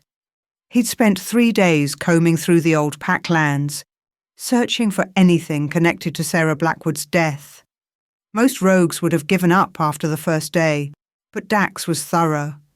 Vivian had promised him enough money to get out of debt and start fresh somewhere far from the Northern Territories. All he had to do was find proof that the dead Luna story didn't add up. The cottage was almost invisible, tucked deep in the forest near the old borders. Abandoned, clearly, but recent enough that Sarah's scent still clung faintly to the doorframe. Dax circled the building twice before forcing the lock. Inside, everything was covered in dust. But in the bedroom, he found what he was looking for. A small trunk, hidden under the bed. Inside, clothes, a few books, and tucked into the pages of a journal. A photograph. The picture was torn, water-damaged, but still recognizable. A young woman with dark hair and uncertain eyes, standing beside Dominic Kane on their mating day. She looked small next to him, diminished, like she was trying to disappear into the background of her own ceremony. Dax pulled out his phone and took several photos of the picture from different angles. Then he pocketed the original and left the cottage exactly as he'd found it. Vivian would want to see this. I was preparing for Marcus's dinner when Maven burst into my suite, her face pale. "We have a problem." I turned from the mirror where I'd been practicing looking calm and unconcerned. "Another one? I'm losing count." Vivian hired a rogue to investigate Sarah's death. He's been poking around the old packlands. My blood ran cold. "Did he find anything?" "I don't know yet, but my contact says he left the cottage carrying something." Maven's expression was grim. "If he found evidence linking you to Syrah, then my cover is blown before I'm ready." I forced myself to breathe, to think. We don't know what he found. Maybe it's nothing. Maybe... "Since when do you believe in maybe?" Maven crossed her arms. "You need to assume the worst. Assume he found something damaging." She was right. I'd been so focused on Marcus's investigation that I'd forgotten about the jealous fiancé. How long before Vivian acts on whatever information she has? Hours, maybe less. Maven moved to the window, checking the street below. She's already unstable with jealousy. If she thinks Syrah is still alive, masquerading as another alpha. She'll tell Dominic, I finished the thought. And Dominic will tell Marcus. Unless Dominic doesn't believe her, which he might not, you look nothing like the woman he buried. True. But resemblances had a way of being noticed once someone started looking for them. "I need to move up my timeline," I said, decision made. "Cancel the dinner with Marcus. Tell him I've been called away on urgent pack business. He'll be suspicious. He's already suspicious, but if I run now, he'll think it's because of his investigation, not because of anything else." I started gathering my things. I need to get to the Eastern Territories tonight, find my father before... A sharp knock on the door interrupted me. Maven and I froze, exchanging glances. Alpha Grey? A male voice, young, nervous. I have an urgent message. Maven answered the door while I positioned myself behind her, ready for anything. The young wolf handed over another envelope, this one sealed with Vivian's personal crest. He left quickly, clearly uncomfortable being caught in whatever drama was unfolding. Maven opened it. Inside was a photograph, torn, water-damaged, but unmistakable. Sarah Blackwood on her mating day, standing beside Dominic. And underneath, in Vivian's elegant handwriting, "We need to talk." I met Vivian in the hotel's private garden, away from prying eyes and sensitive ears. She sat on a stone bench, the photograph laid out beside her like evidence at a trial. "Alpha Grey," she said, her smile sharp as broken glass. "Or should I call you Sarah?" I didn't react, didn't flinch, just looked at her with the mild curiosity of someone being accused of something ridiculous. "I'm afraid I don't know anyone by that name. Don't you?" Vivian picked up the photograph, studying it. "Because this woman looks remarkably like you. Similar bone structure. Same eyes, if you look past the colour change. Same mouth. Many wolves share similar features. It's hardly proof of anything." I sat across from her, relaxed, unbothered. "Is this why you demanded a meeting? To show me a picture of your fiancé's dead wife?" "She's not dead." Vivian's voice was certain. "I don't know how you survived or what you did to change your appearance, but I know it's you. You're delusional? Am I?" She leaned forward. "Then explain why Dominic can't stop thinking about you. Why he looks at you like he's trying to remember something. Why his wolf responds to yours in ways that make no sense for strangers. Attraction isn't evidence of identity," I said calmly. "Your fiancé finds me attractive. That must be difficult for you." The barb hit home. Vivian's composure cracked, rage flashing across her face. "You're playing a dangerous game, Sarah, or Celine, whoever you are." She stood, using her height to try to intimidate me. It didn't work. "I will expose you. I will tell Dominic exactly who you are, and when he realizes his pathetic Omega wife somehow survived."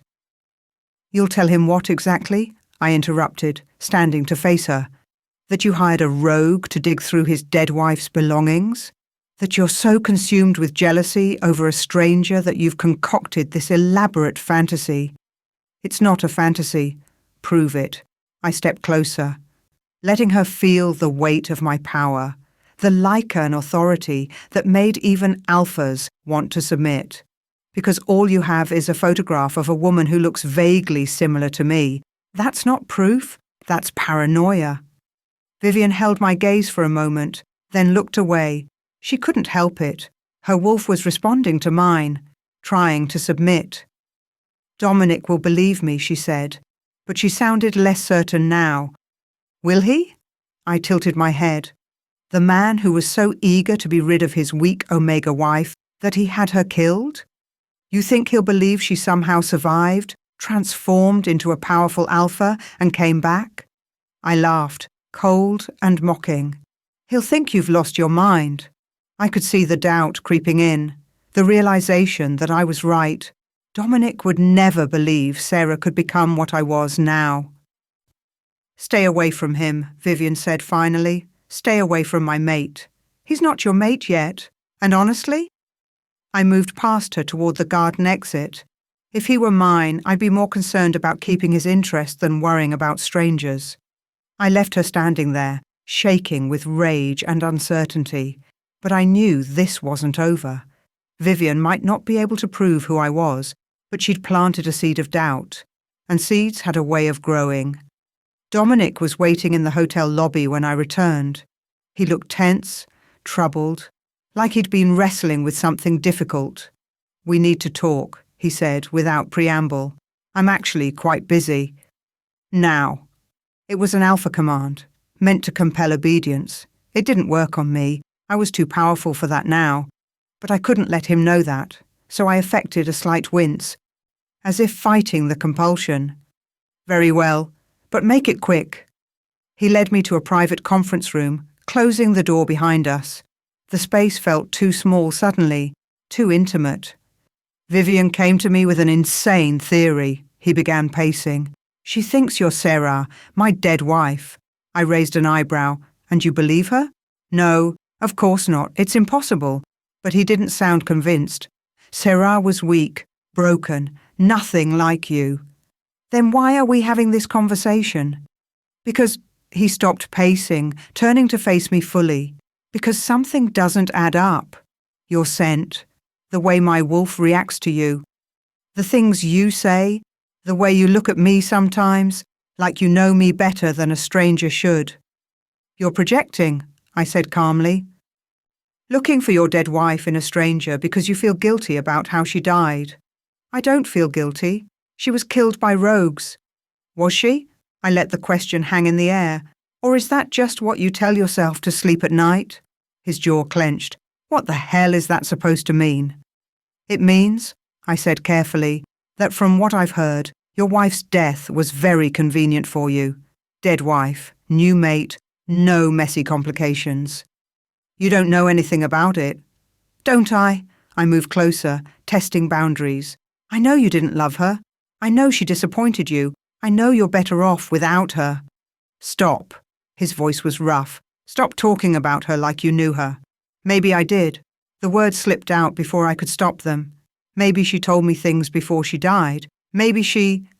I caught myself. But too late.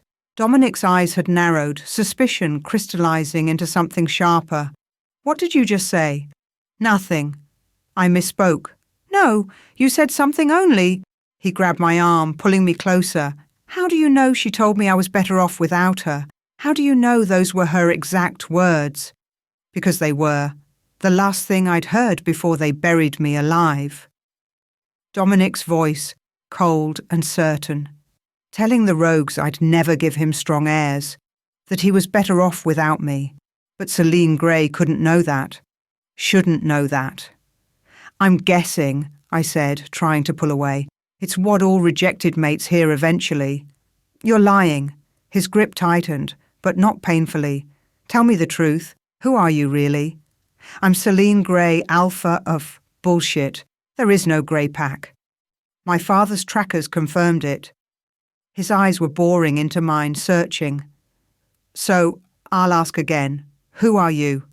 We were inches apart now, close enough that I could feel his breath, smell his scent, sense his wolf calling to mine in ways that shouldn't be possible. Does it matter? I asked quietly. Whoever I am, whatever I am, I'm not your dead wife. She's gone, Dominic. Let her stay buried. I'm trying to. His voice dropped lower. But then you show up, and everything I thought I knew gets turned upside down. You smell wrong. You feel wrong. But also... He stopped, struggling with something. Also right, in a way that makes no sense. Dominic. The door burst open. Maven stood there, her face ashen. We need to leave. Now. Dominic didn't release me. We're in the middle of... I don't care what you're in the middle of. Maven's voice was sharp with urgency. Sarah, we need to go. The use of my real name was deliberate, a calculated risk. Dominic went still. What did you just call her? A mistake, Maven said quickly. I meant Celine. We need to... No. Dominic's eyes were locked on mine. She called you Sarah. I could see the pieces falling into place in his mind. The resemblance, the inconsistencies, the way I knew things I shouldn't, the way his wolf recognized mine. It's impossible, he whispered. You're dead. I let them. Let them bury me? I finished, and this time I didn't hide the edge in my voice. Yes, you did. His face went white.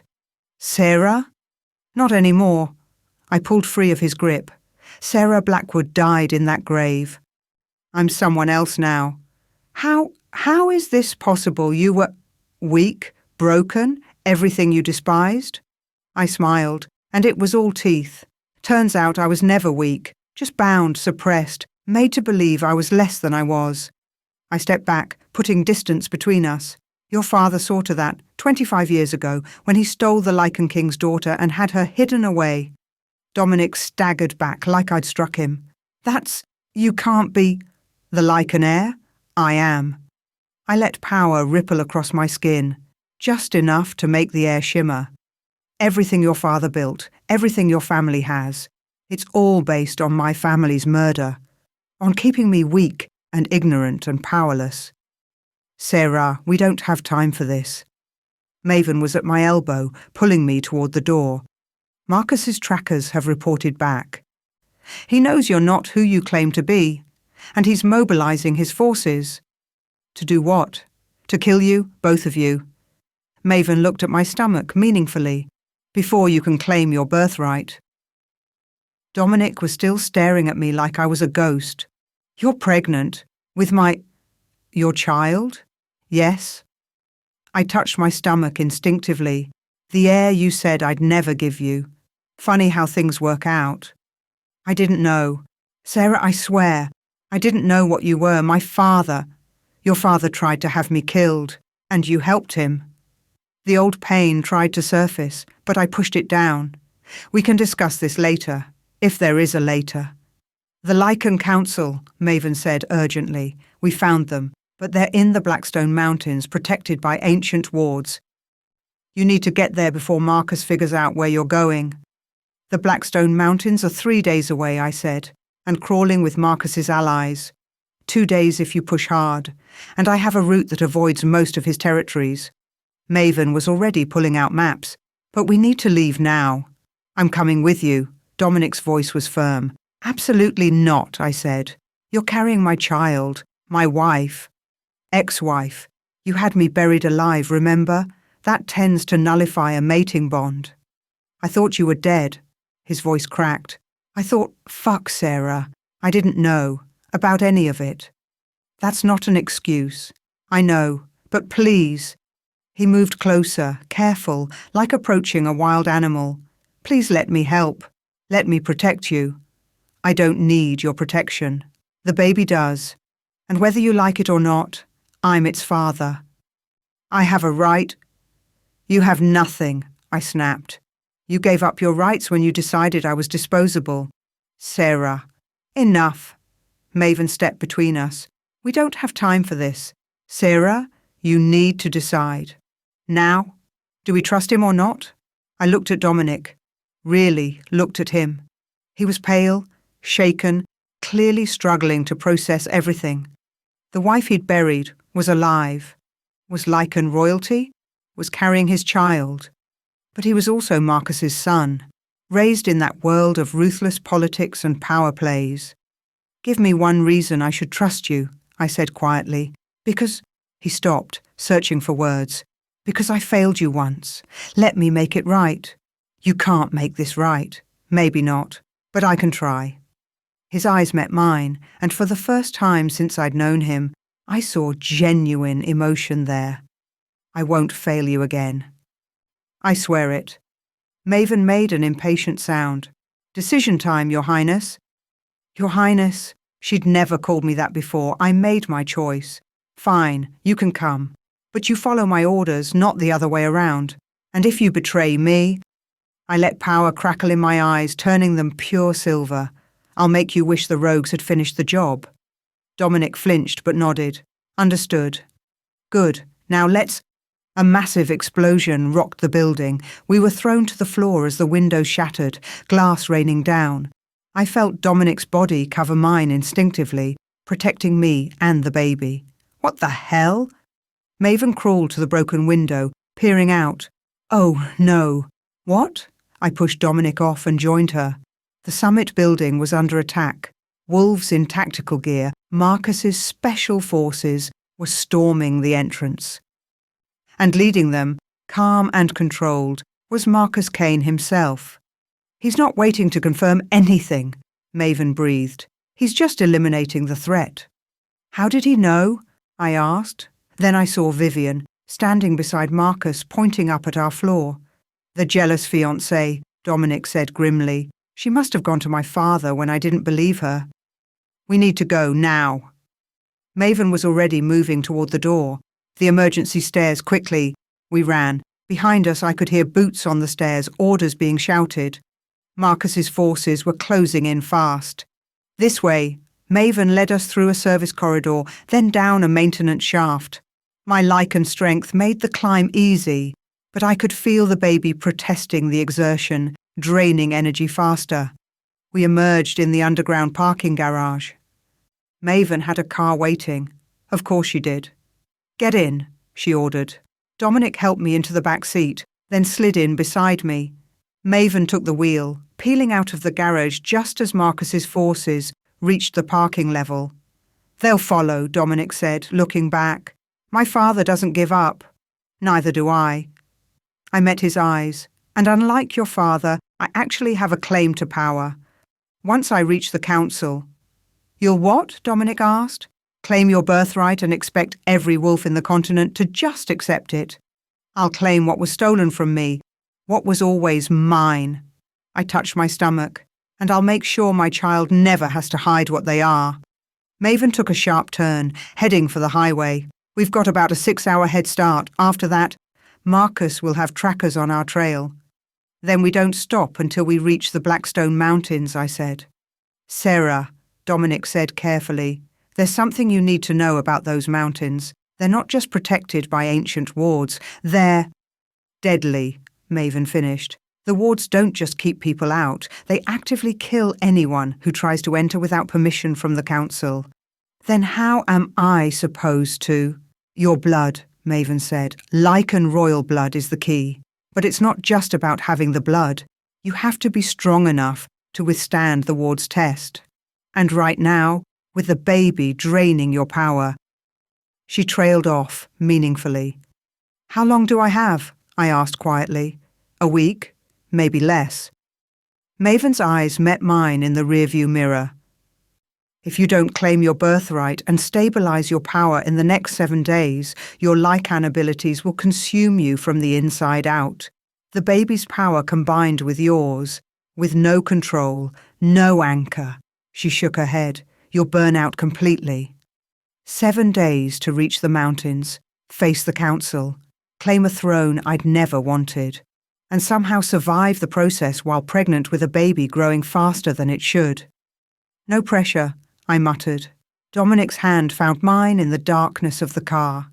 I should have pulled away, should have rejected the comfort, but instead I held on, because for the next 7 days I was going to need every ally I could get, even if that ally was the man who tried to bury me alive.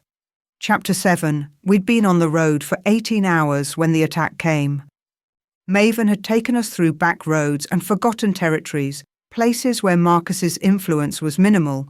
We'd switched cars twice, used false scents to throw off trackers, and kept our movements erratic. But Marcus Kane didn't become Alpha Prime by giving up easily.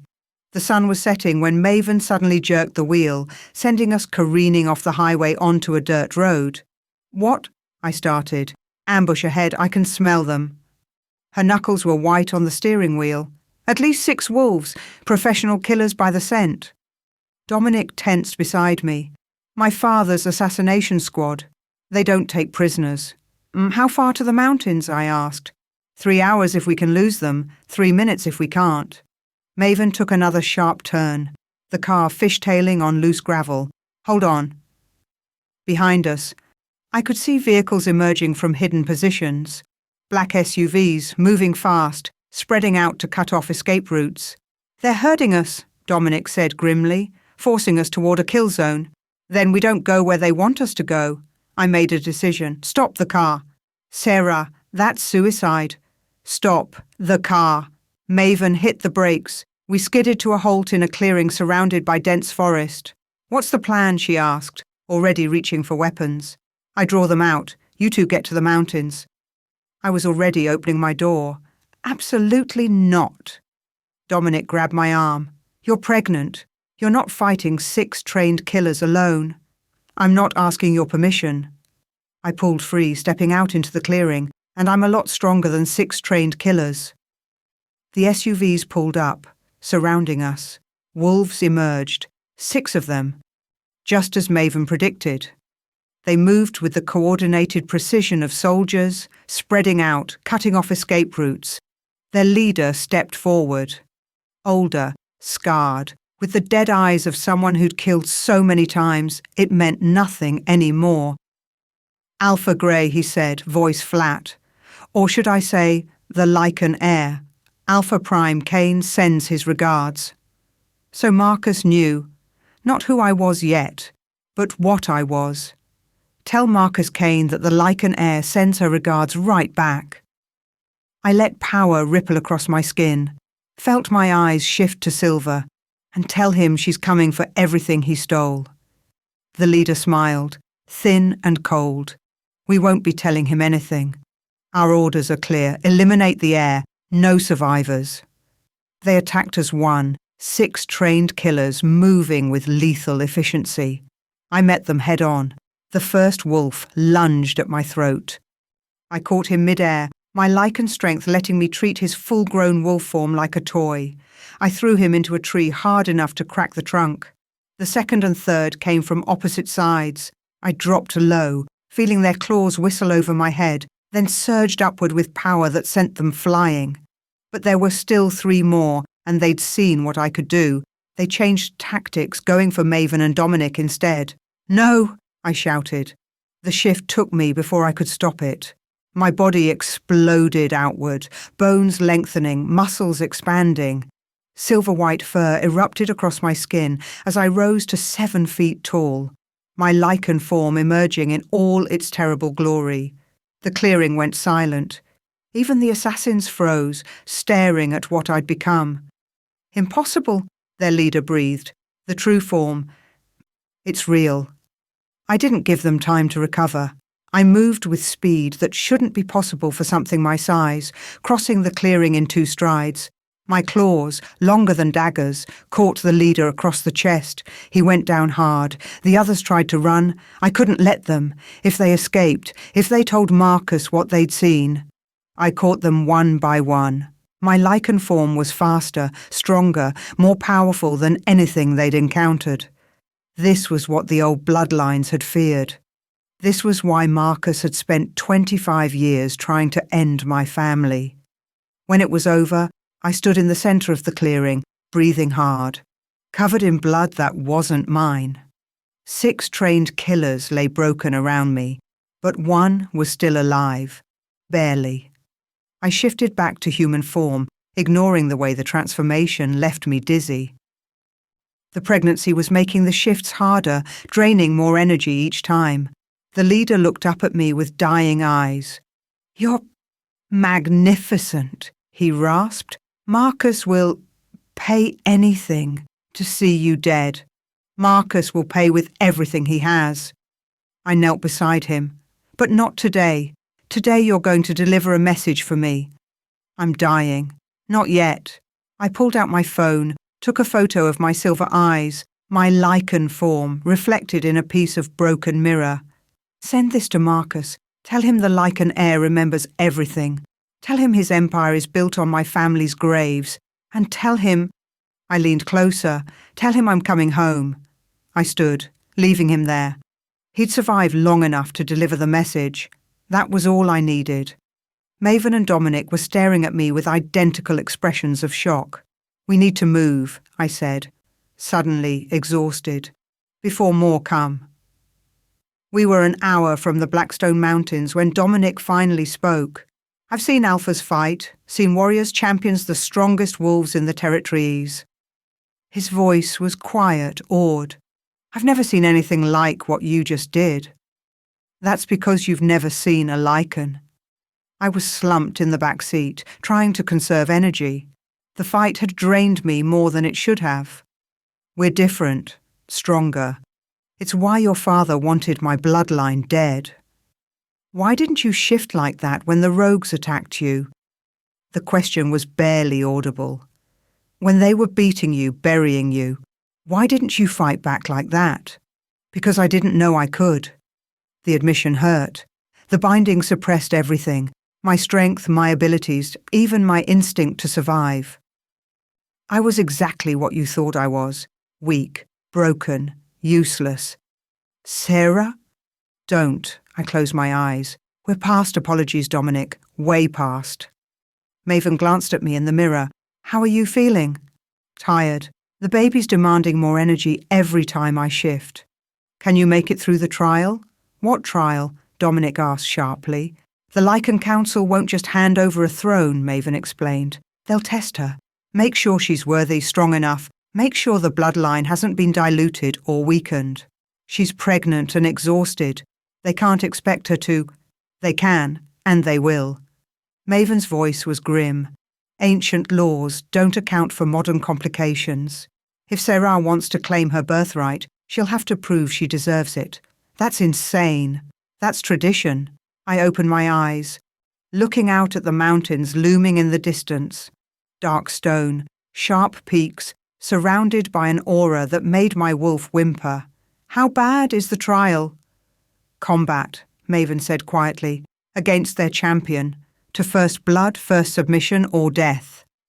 Death? Dominic exploded. They'd risk killing the last heir? If she's not strong enough to survive the trial, she's not strong enough to lead the bloodline. Maven's expression was apologetic. I'm sorry, Sarah. I know it's not fair, but the council, they're old, ancient. They remember when weakness meant extinction. I touched my stomach, feeling the baby move. Active now, responding to my elevated heart rate. Then I'll win, I said simply. Failure isn't an option. We drove in silence after that, the mountains growing closer with each mile. Dominic had been quiet for too long. I watched him in the darkness of the car, saw the way he stared at his hands, his expression twisted with something between horror and guilt. You're thinking too loud, I said. He looked up, startled. I was there, that night, when the rogues attacked you. I know, I remember. No, before that, earlier that day. He swallowed hard. My father called me to his office, said he'd received intelligence about rogue activity near the borders, asked me to patrol that specific area at that specific time. I went very still. What are you saying? I'm saying he sent me there, positioned me perfectly to witness the attack, but arrived too late to stop it. Dominic's voice was hollow.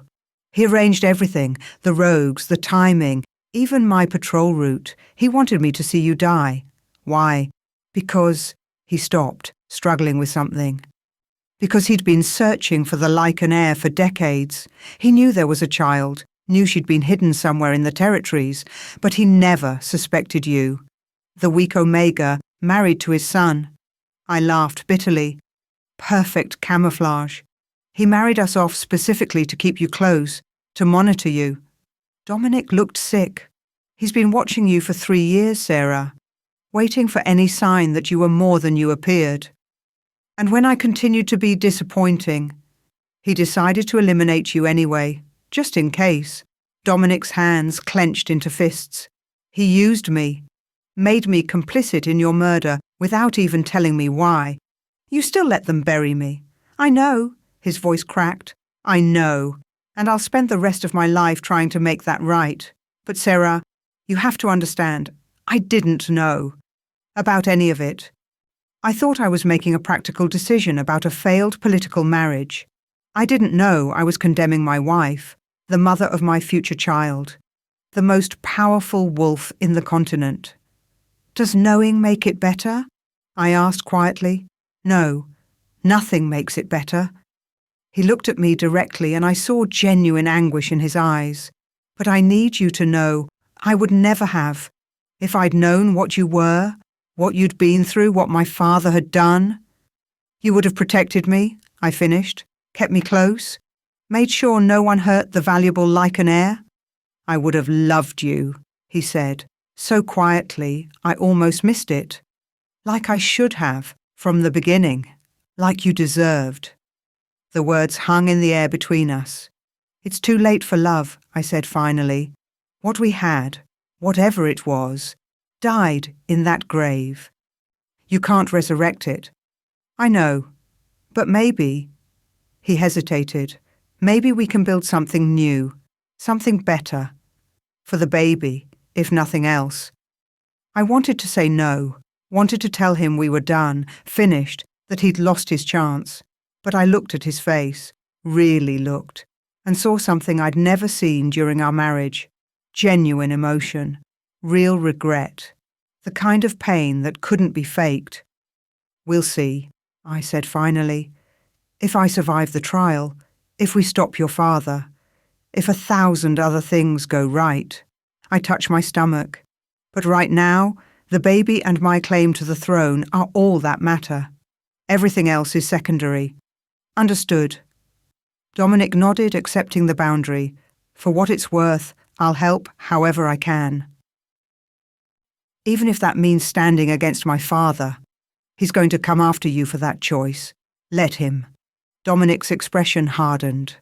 "I've spent my whole life following his orders, building his empire, being the perfect heir. A time to make my own choices." Maven cleared her throat. "We're here." The Blackstone Mountains loomed before us, their peaks lost in swirling clouds. At the base, barely visible unless you knew where to look, was an entrance carved into living rock. And surrounding it, I could feel the wards. Ancient magic, powerful enough to make my skin prickle even from inside the car. "The council knows we're coming," Maven said. "They've lowered the outer wards, but the inner sanctum, that's where the real test begins." We got out of the car. The air here was different, thinner, charged with power that predated modern pack law by millennia. 3 figures emerged from the entrance, wolves, but old, ancient. Their eyes held the weight of centuries. "Sarah Blackwood," the center one spoke, her voice like wind through dead leaves. "Daughter of the Lycan line, you have come to claim your birthright." "I have." My voice was steady despite the exhaustion pulling at me. "Do you understand what this means? The trial you must face?" "I do." "You are with child, weakened, vulnerable." The ancient wolf's eyes seemed to see right through me. "We can postpone the trial, let you recover, bear your young, regain your strength." "How long would that delay cost me?" 4 months, perhaps 5, given your child's accelerated growth. "And in that time, Marcus Kane will hunt me down and kill both me and my baby." I shook my head. "No, I claim my right now, tonight." The ancient wolves exchanged glances. "Very well," the leader said, "but understand, if you fail, if you fall in combat, your claim dies with you. There will be no second chances." "I understand." "Then enter. Face our champion. Prove your blood is worthy of the throne it seeks to claim." They stepped aside, revealing the entrance to the inner sanctum. I walked forward, feeling Maven and Dominic behind me. "Only the claimant may enter," one of the ancient wolves said. "Your companions must wait here." "Sarah," Maven started, "I'll be fine." I tried to sound more confident than I felt. "This is what I came for." I entered alone, leaving them behind. The tunnel was dark, lit only by strange crystals that pulsed with inner light. With each step, I felt the wards testing me, probing, making sure I was what I claimed to be: royal blood, Lycan heritage, the rightful heir. The tunnel opened into a massive cavern. In the center was a fighting ring, marked with symbols that glowed silver in the darkness. And standing in the ring, waiting, was the champion. He was huge, even bigger than my Lycan form. Pure muscle and power, with scars that spoke of countless battles. His eyes glowed amber in the dim light, and when he saw me, he smiled. "So small," he said, his voice echoing. "So young, so pregnant." He rolled his shoulders. "This will be over quickly." Around the cavern I could sense other presences. The council, watching from the shadows. Judging. Waiting to see if I was worthy. I stepped into the ring. "First blood. First submission or death," the champion said. "Those are the rules. Which will you choose? Little heir?" I looked up at him, at his confidence, his certainty that this would be easy. "None of the above," I said, and then I shifted. My Lycan form erupted outward, silver-white fur gleaming in the crystal light. I rose to meet him, eye to eye, power to power. The champion's smile faded. "Oh," he said, "this might actually be interesting." He lunged, and the trial began. I was tired, drained, fighting for 2 lives instead of 1. But I was also done being underestimated, done being seen as weak, done proving myself to people who should have known better.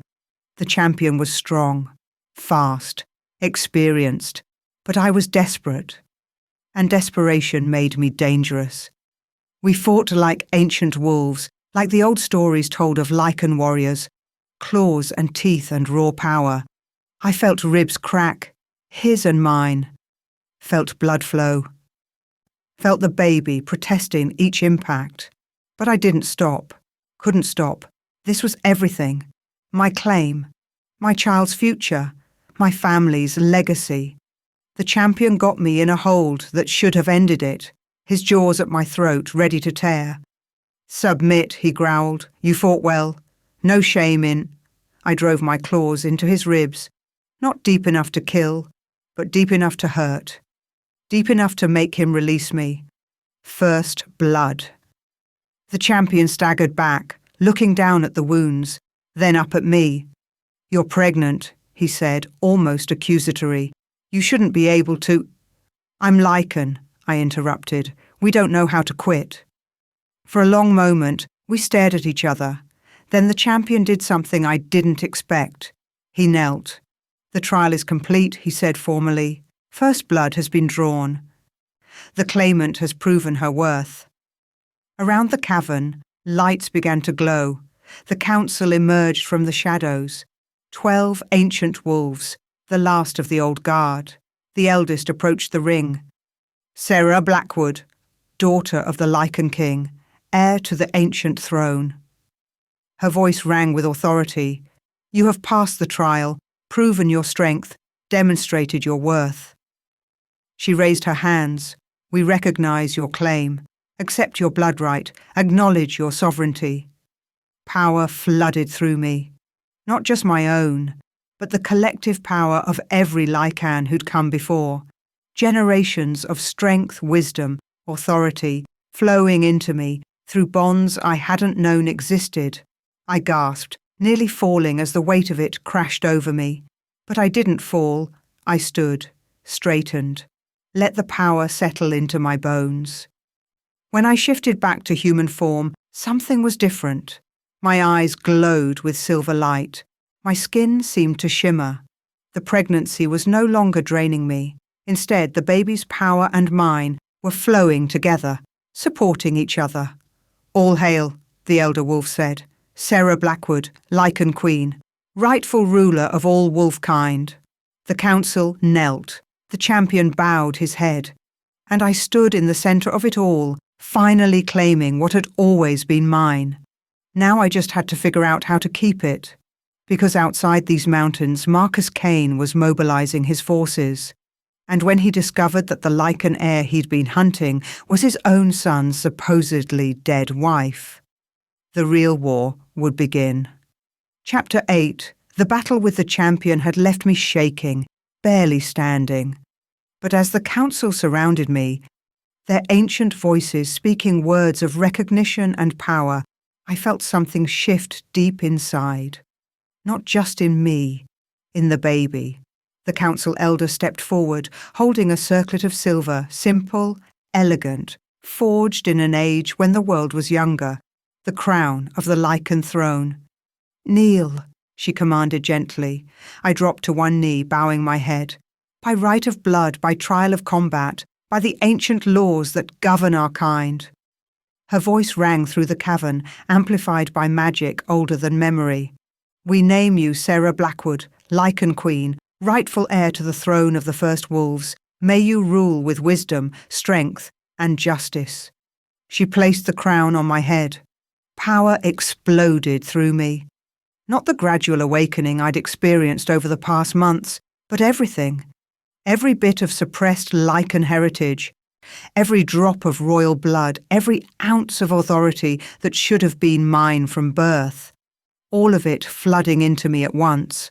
I gasped, thrown back by the force of it. The baby inside me responded, its own Lycan nature awakening fully, feeding power back to me in a loop that grew stronger with each heartbeat. My body began to glow. Silver light poured from my skin, brighter and brighter until the entire cavern was illuminated. "Rise," the elder said. "Rise, Lycan Queen, and claim your throne." I stood. The crown felt weightless now, like it had always been meant to rest on my head. When I looked down at my hands, I saw they'd shifted partially, claws extending, silver fur rippling across my skin. But this wasn't the uncontrolled transformation I'd struggled with before. This was precise, powerful, perfectly balanced between human and Lycan. "Your Majesty," the champion said, still kneeling, "I am yours to command." "Rise," I said, and my voice carried authority I'd never possessed before. "All of you, rise." The council and the champion stood, looking at me with expressions that mixed reverence and relief. "The bloodline continues," one of the council members said. "After 25 years of darkness, we have our queen." And not a moment too soon, another added, "Marcus Kane's forces approach. We felt them cross into the mountains an hour ago." "How many?" I asked. 200, maybe more. His entire assault force." The elder's expression was grave. "He knows what you are now, knows you've claimed your birthright. He's coming to end the bloodline before you can challenge his authority. Let him come." I touched the crown, feeling its power resonate with my own. "I'm done hiding, done running, time to face him." "Your Majesty, you've just completed the trial. You're exhausted, pregnant." "I'm the Lycan Queen," I interrupted. "And Marcus Kane murdered my family, stole my childhood, tried to kill me and my unborn child." I looked at each council member in turn. "Tell me honestly, can any of you face his army alone?" Silence. They were powerful, yes, ancient and skilled. But they were also few, and Marcus had numbers. "Then we fight together," I said, "all of us. We end this tonight." The elder nodded slowly. "As you command, Your Majesty." Maven and Dominic were waiting at the entrance when I emerged. Maven took one look at me, at the crown, the silver light still clinging to my skin, the power radiating from every pore, and dropped to one knee. "Your Majesty," she breathed. Dominic just stared, awestruck. "Get up, Maven. We don't have time for ceremony." I could feel Marcus's forces getting closer. "He's coming, with everything he has." "I know." Maven stood, her expression grim. "My scouts reported 3 units converging on this location, elite fighters, alpha-level warriors. Marcus isn't taking chances." "Good. Neither am I." I turned to Dominic. "You need to leave, now, before he sees you with me." "No." His voice was firm. "I'm staying. Fighting." "Dominic?" "He used me." The words came out harsh, bitter. "Used me to hurt you. To maintain his empire built on your family's murder. I won't run from that. Won't let him think I'm still his obedient son. He'll kill you for betraying him. Probably." Dominic's smile was sad. "But at least I'll die doing the right thing." Finally. Before I could argue, the first explosions rocked the mountain. Marcus's assault had begun. They came in waves, trained soldiers, moving with military precision. But they weren't ready for what they faced. The Lycan Council was ancient, yes, but they'd survived for centuries by being the most dangerous wolves alive. And now they had their queen. I met the first wave head-on, my Lycan form erupting outward. But this time was different. This time I was in complete control. The transformation was instant, effortless, and what emerged was something the world hadn't seen in a generation. My Lycan form towered over the normal wolf shifters, nearly 8 feet of silver-white fur and muscle. My eyes glowed like molten silver, my claws gleamed in the darkness. And the crown. Somehow it had transformed with me. A circlet of silver fire burning around my head. The attacking wolves froze. "That's impossible," one of them whispered. "The true royal form. It's just a legend." I didn't give them time to recover from their shock. I moved through them like a force of nature, claws and teeth and raw power. The council fought beside me, their centuries of experience evident in every move. But Marcus had numbers, For every fighter we took down, 2 more appeared. "Fall back to the sanctum," the council elder shouted. "We can't hold them in the open." "No." My voice rang out, amplified by Lycan power. "No more running, no more hiding." I raised my hands, feeling the full weight of my heritage flowing through me.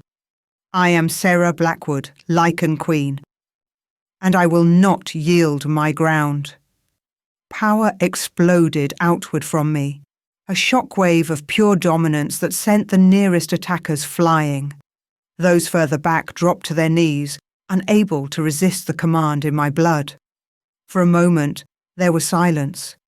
Then Marcus stepped into view. He changed into his wolf form, massive, dark, powerful, an alpha prime in his element. Behind him, I could see more fighters waiting. He'd held back his strongest warriors for this moment. Clever, I thought, but not clever enough. "So it's true," Marcus's voice echoed across the battlefield. "The weak little Omega was the Lycan Heir all along." He laughed, cold and sharp. "I have to admit the irony is delicious. I kept you close for 3 years, never suspecting, never knowing. You suspected enough to try to kill me. Insurance?" He began to circle, looking for an opening. I couldn't take the chance. Even the smallest possibility that you might be more than you appeared was too dangerous to my plans. "Your plans to rule through murder and lies. My plans to bring order to chaos." His voice rose, angry now. "The old bloodlines failed, led us into endless wars and territorial disputes. I brought peace, stability, a new world order where strength and strategy matter more than ancient heritage. You brought tyranny," I countered, "built your empire on my family's graves, on the suffering of anyone who stood in your way. And I'd do it again." Marcus stopped circling, settling into a fighting stance. "Because what I built works. The continent has never been more unified, more prosperous. Wolves across the territories live better lives because of my leadership. Lives built on lies. Lives built on strength." He lunged, moving faster than something his size should be able to move. I met him halfway. We collided with a sound like thunder. Lycan Queen versus Alpha Prime. Royal blood versus political power. The fight was brutal. Marcus was experienced, ruthless, willing to use every dirty trick he'd learned in his rise to power. But I had something he didn't. I had nothing left to lose. We traded blows that would have killed normal wolves, claws raked across flesh. Teeth found purchase, blood flew. But I was stronger, faster, more powerful than any alpha could hope to be. "You can't win," I told him as I drove him back, step by step. "Your empire was built on the suppression of the Lycan bloodline. Now that I've returned, it all falls apart." "Then I'll just have to kill you," Marcus snarled. Again. He feinted left and I moved to counter, exactly what he wanted. His real attack came from the right, claws aimed at my exposed stomach, at my baby.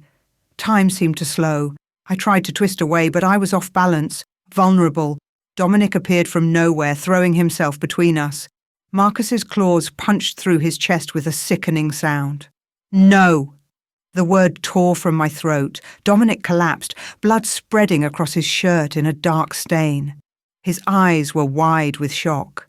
Marcus looked down at his son with something like disappointment. "You chose her over me, over your family, over everything I built for you." "You built it on murder," Dominic gasped out. "On lies. I want no part of it." "Then you'll have no part of anything." Marcus raised his claws for a killing blow. I hit him like a freight train. The force of my charge carried us both away from Dominic, away from the fighting. We rolled across the ground, a tangle of claws and fury and desperation. When we stopped, I had him pinned. "You took everything from me," I said, my voice shaking with rage. "My family, my childhood, my identity, my mate." I pressed down harder, feeling his ribs creak. "And you did it all for power you were never meant to have."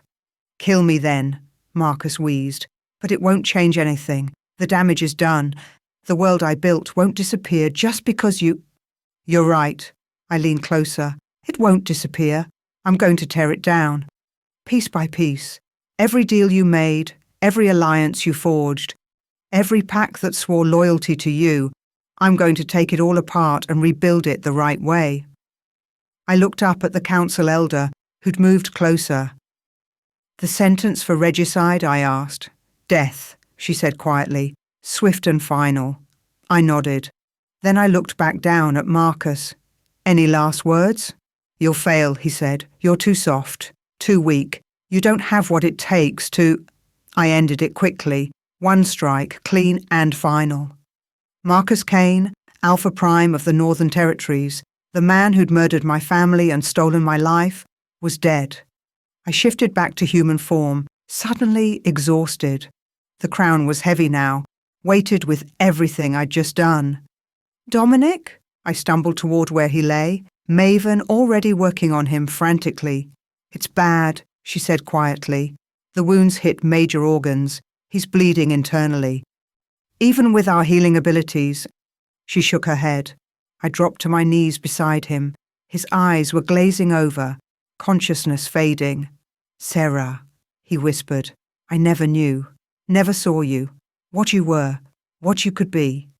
His hand reached weakly for mine. I'm sorry.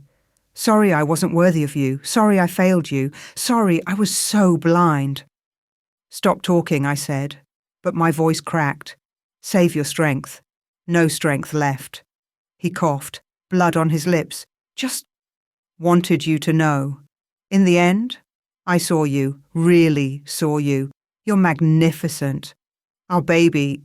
His eyes moved to my stomach. They'll be magnificent too.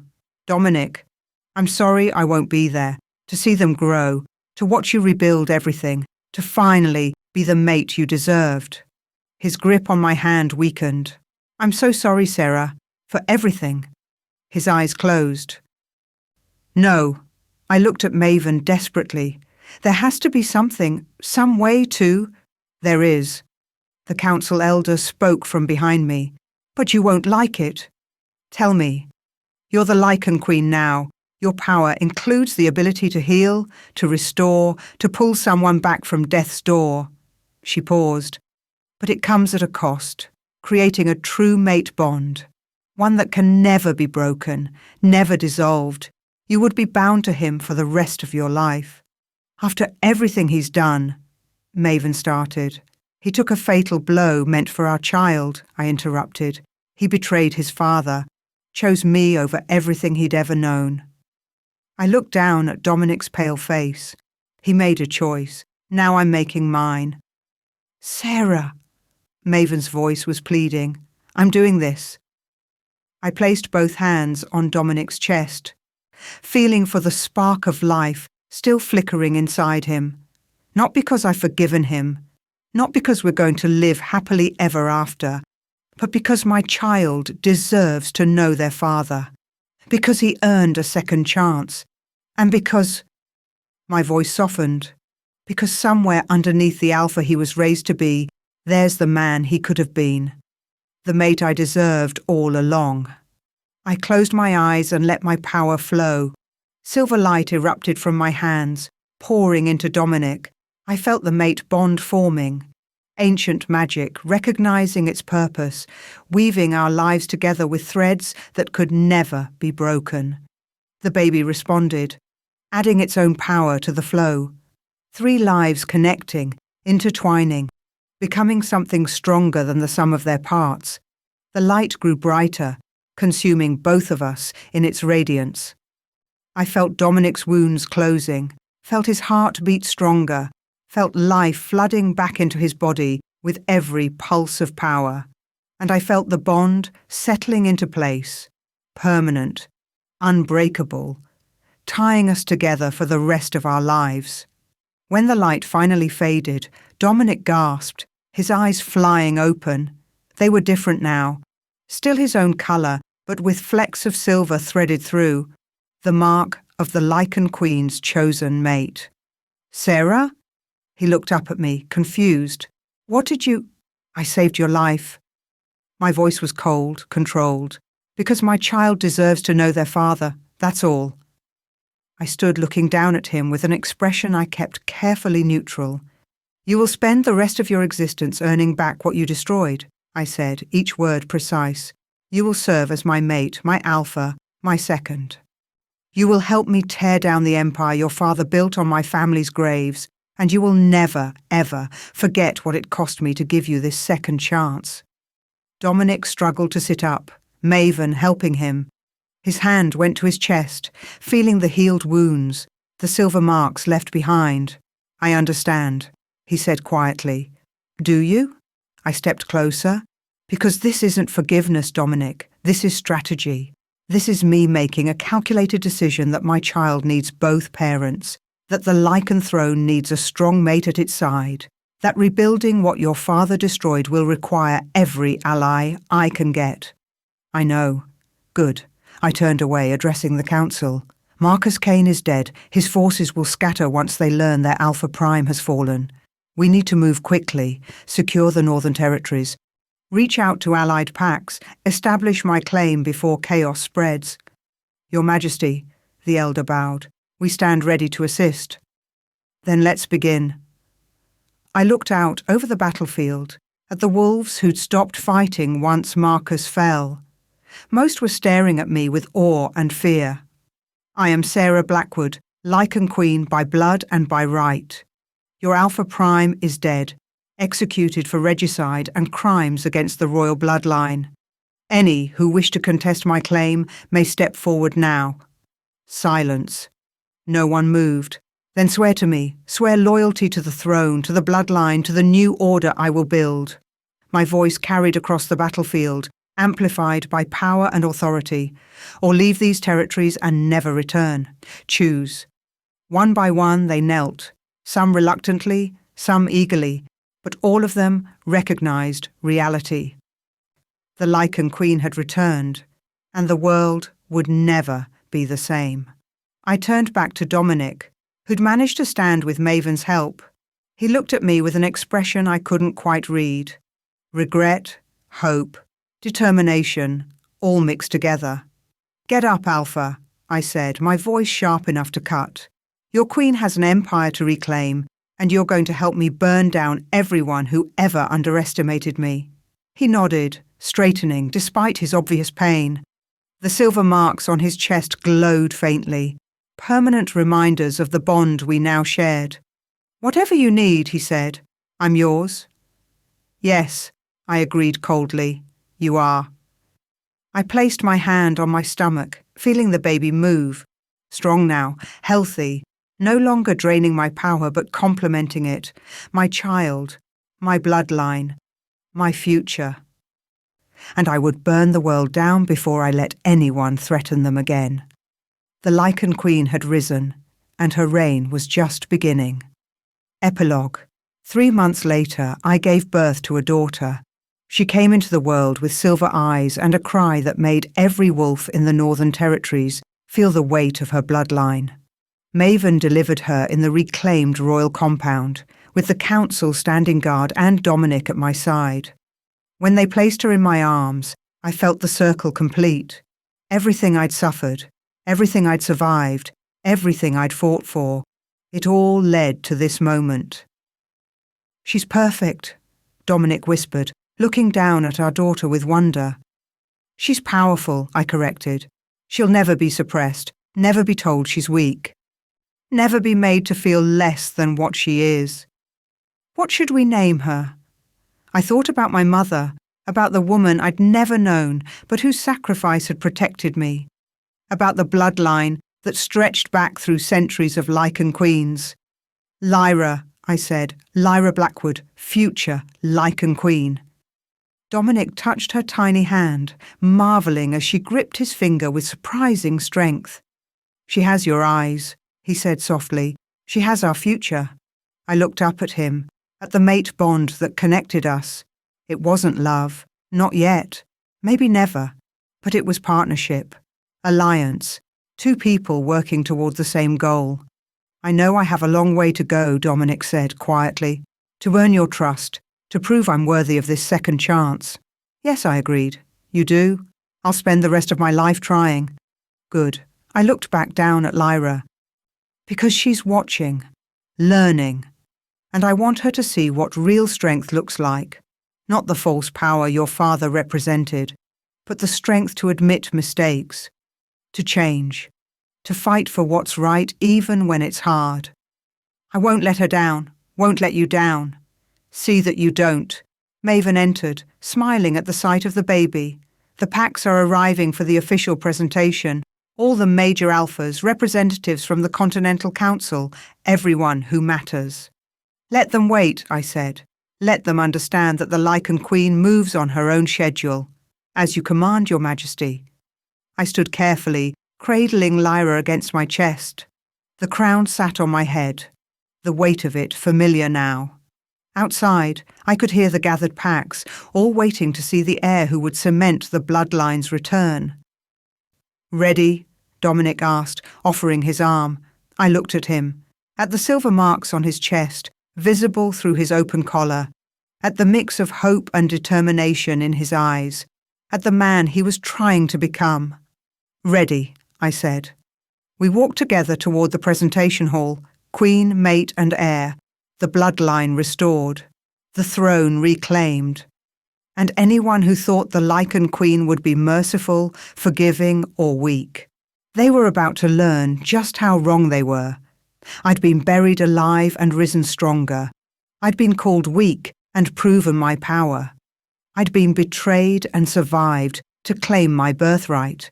And now, with my daughter in my arms and my mate at my side, I would rebuild the world into something better, something worthy of the Lycan bloodline, something my mother would be proud of. The doors opened, and I stepped into my future. The end. Thank you for listening to this story. Like, share, and subscribe for more.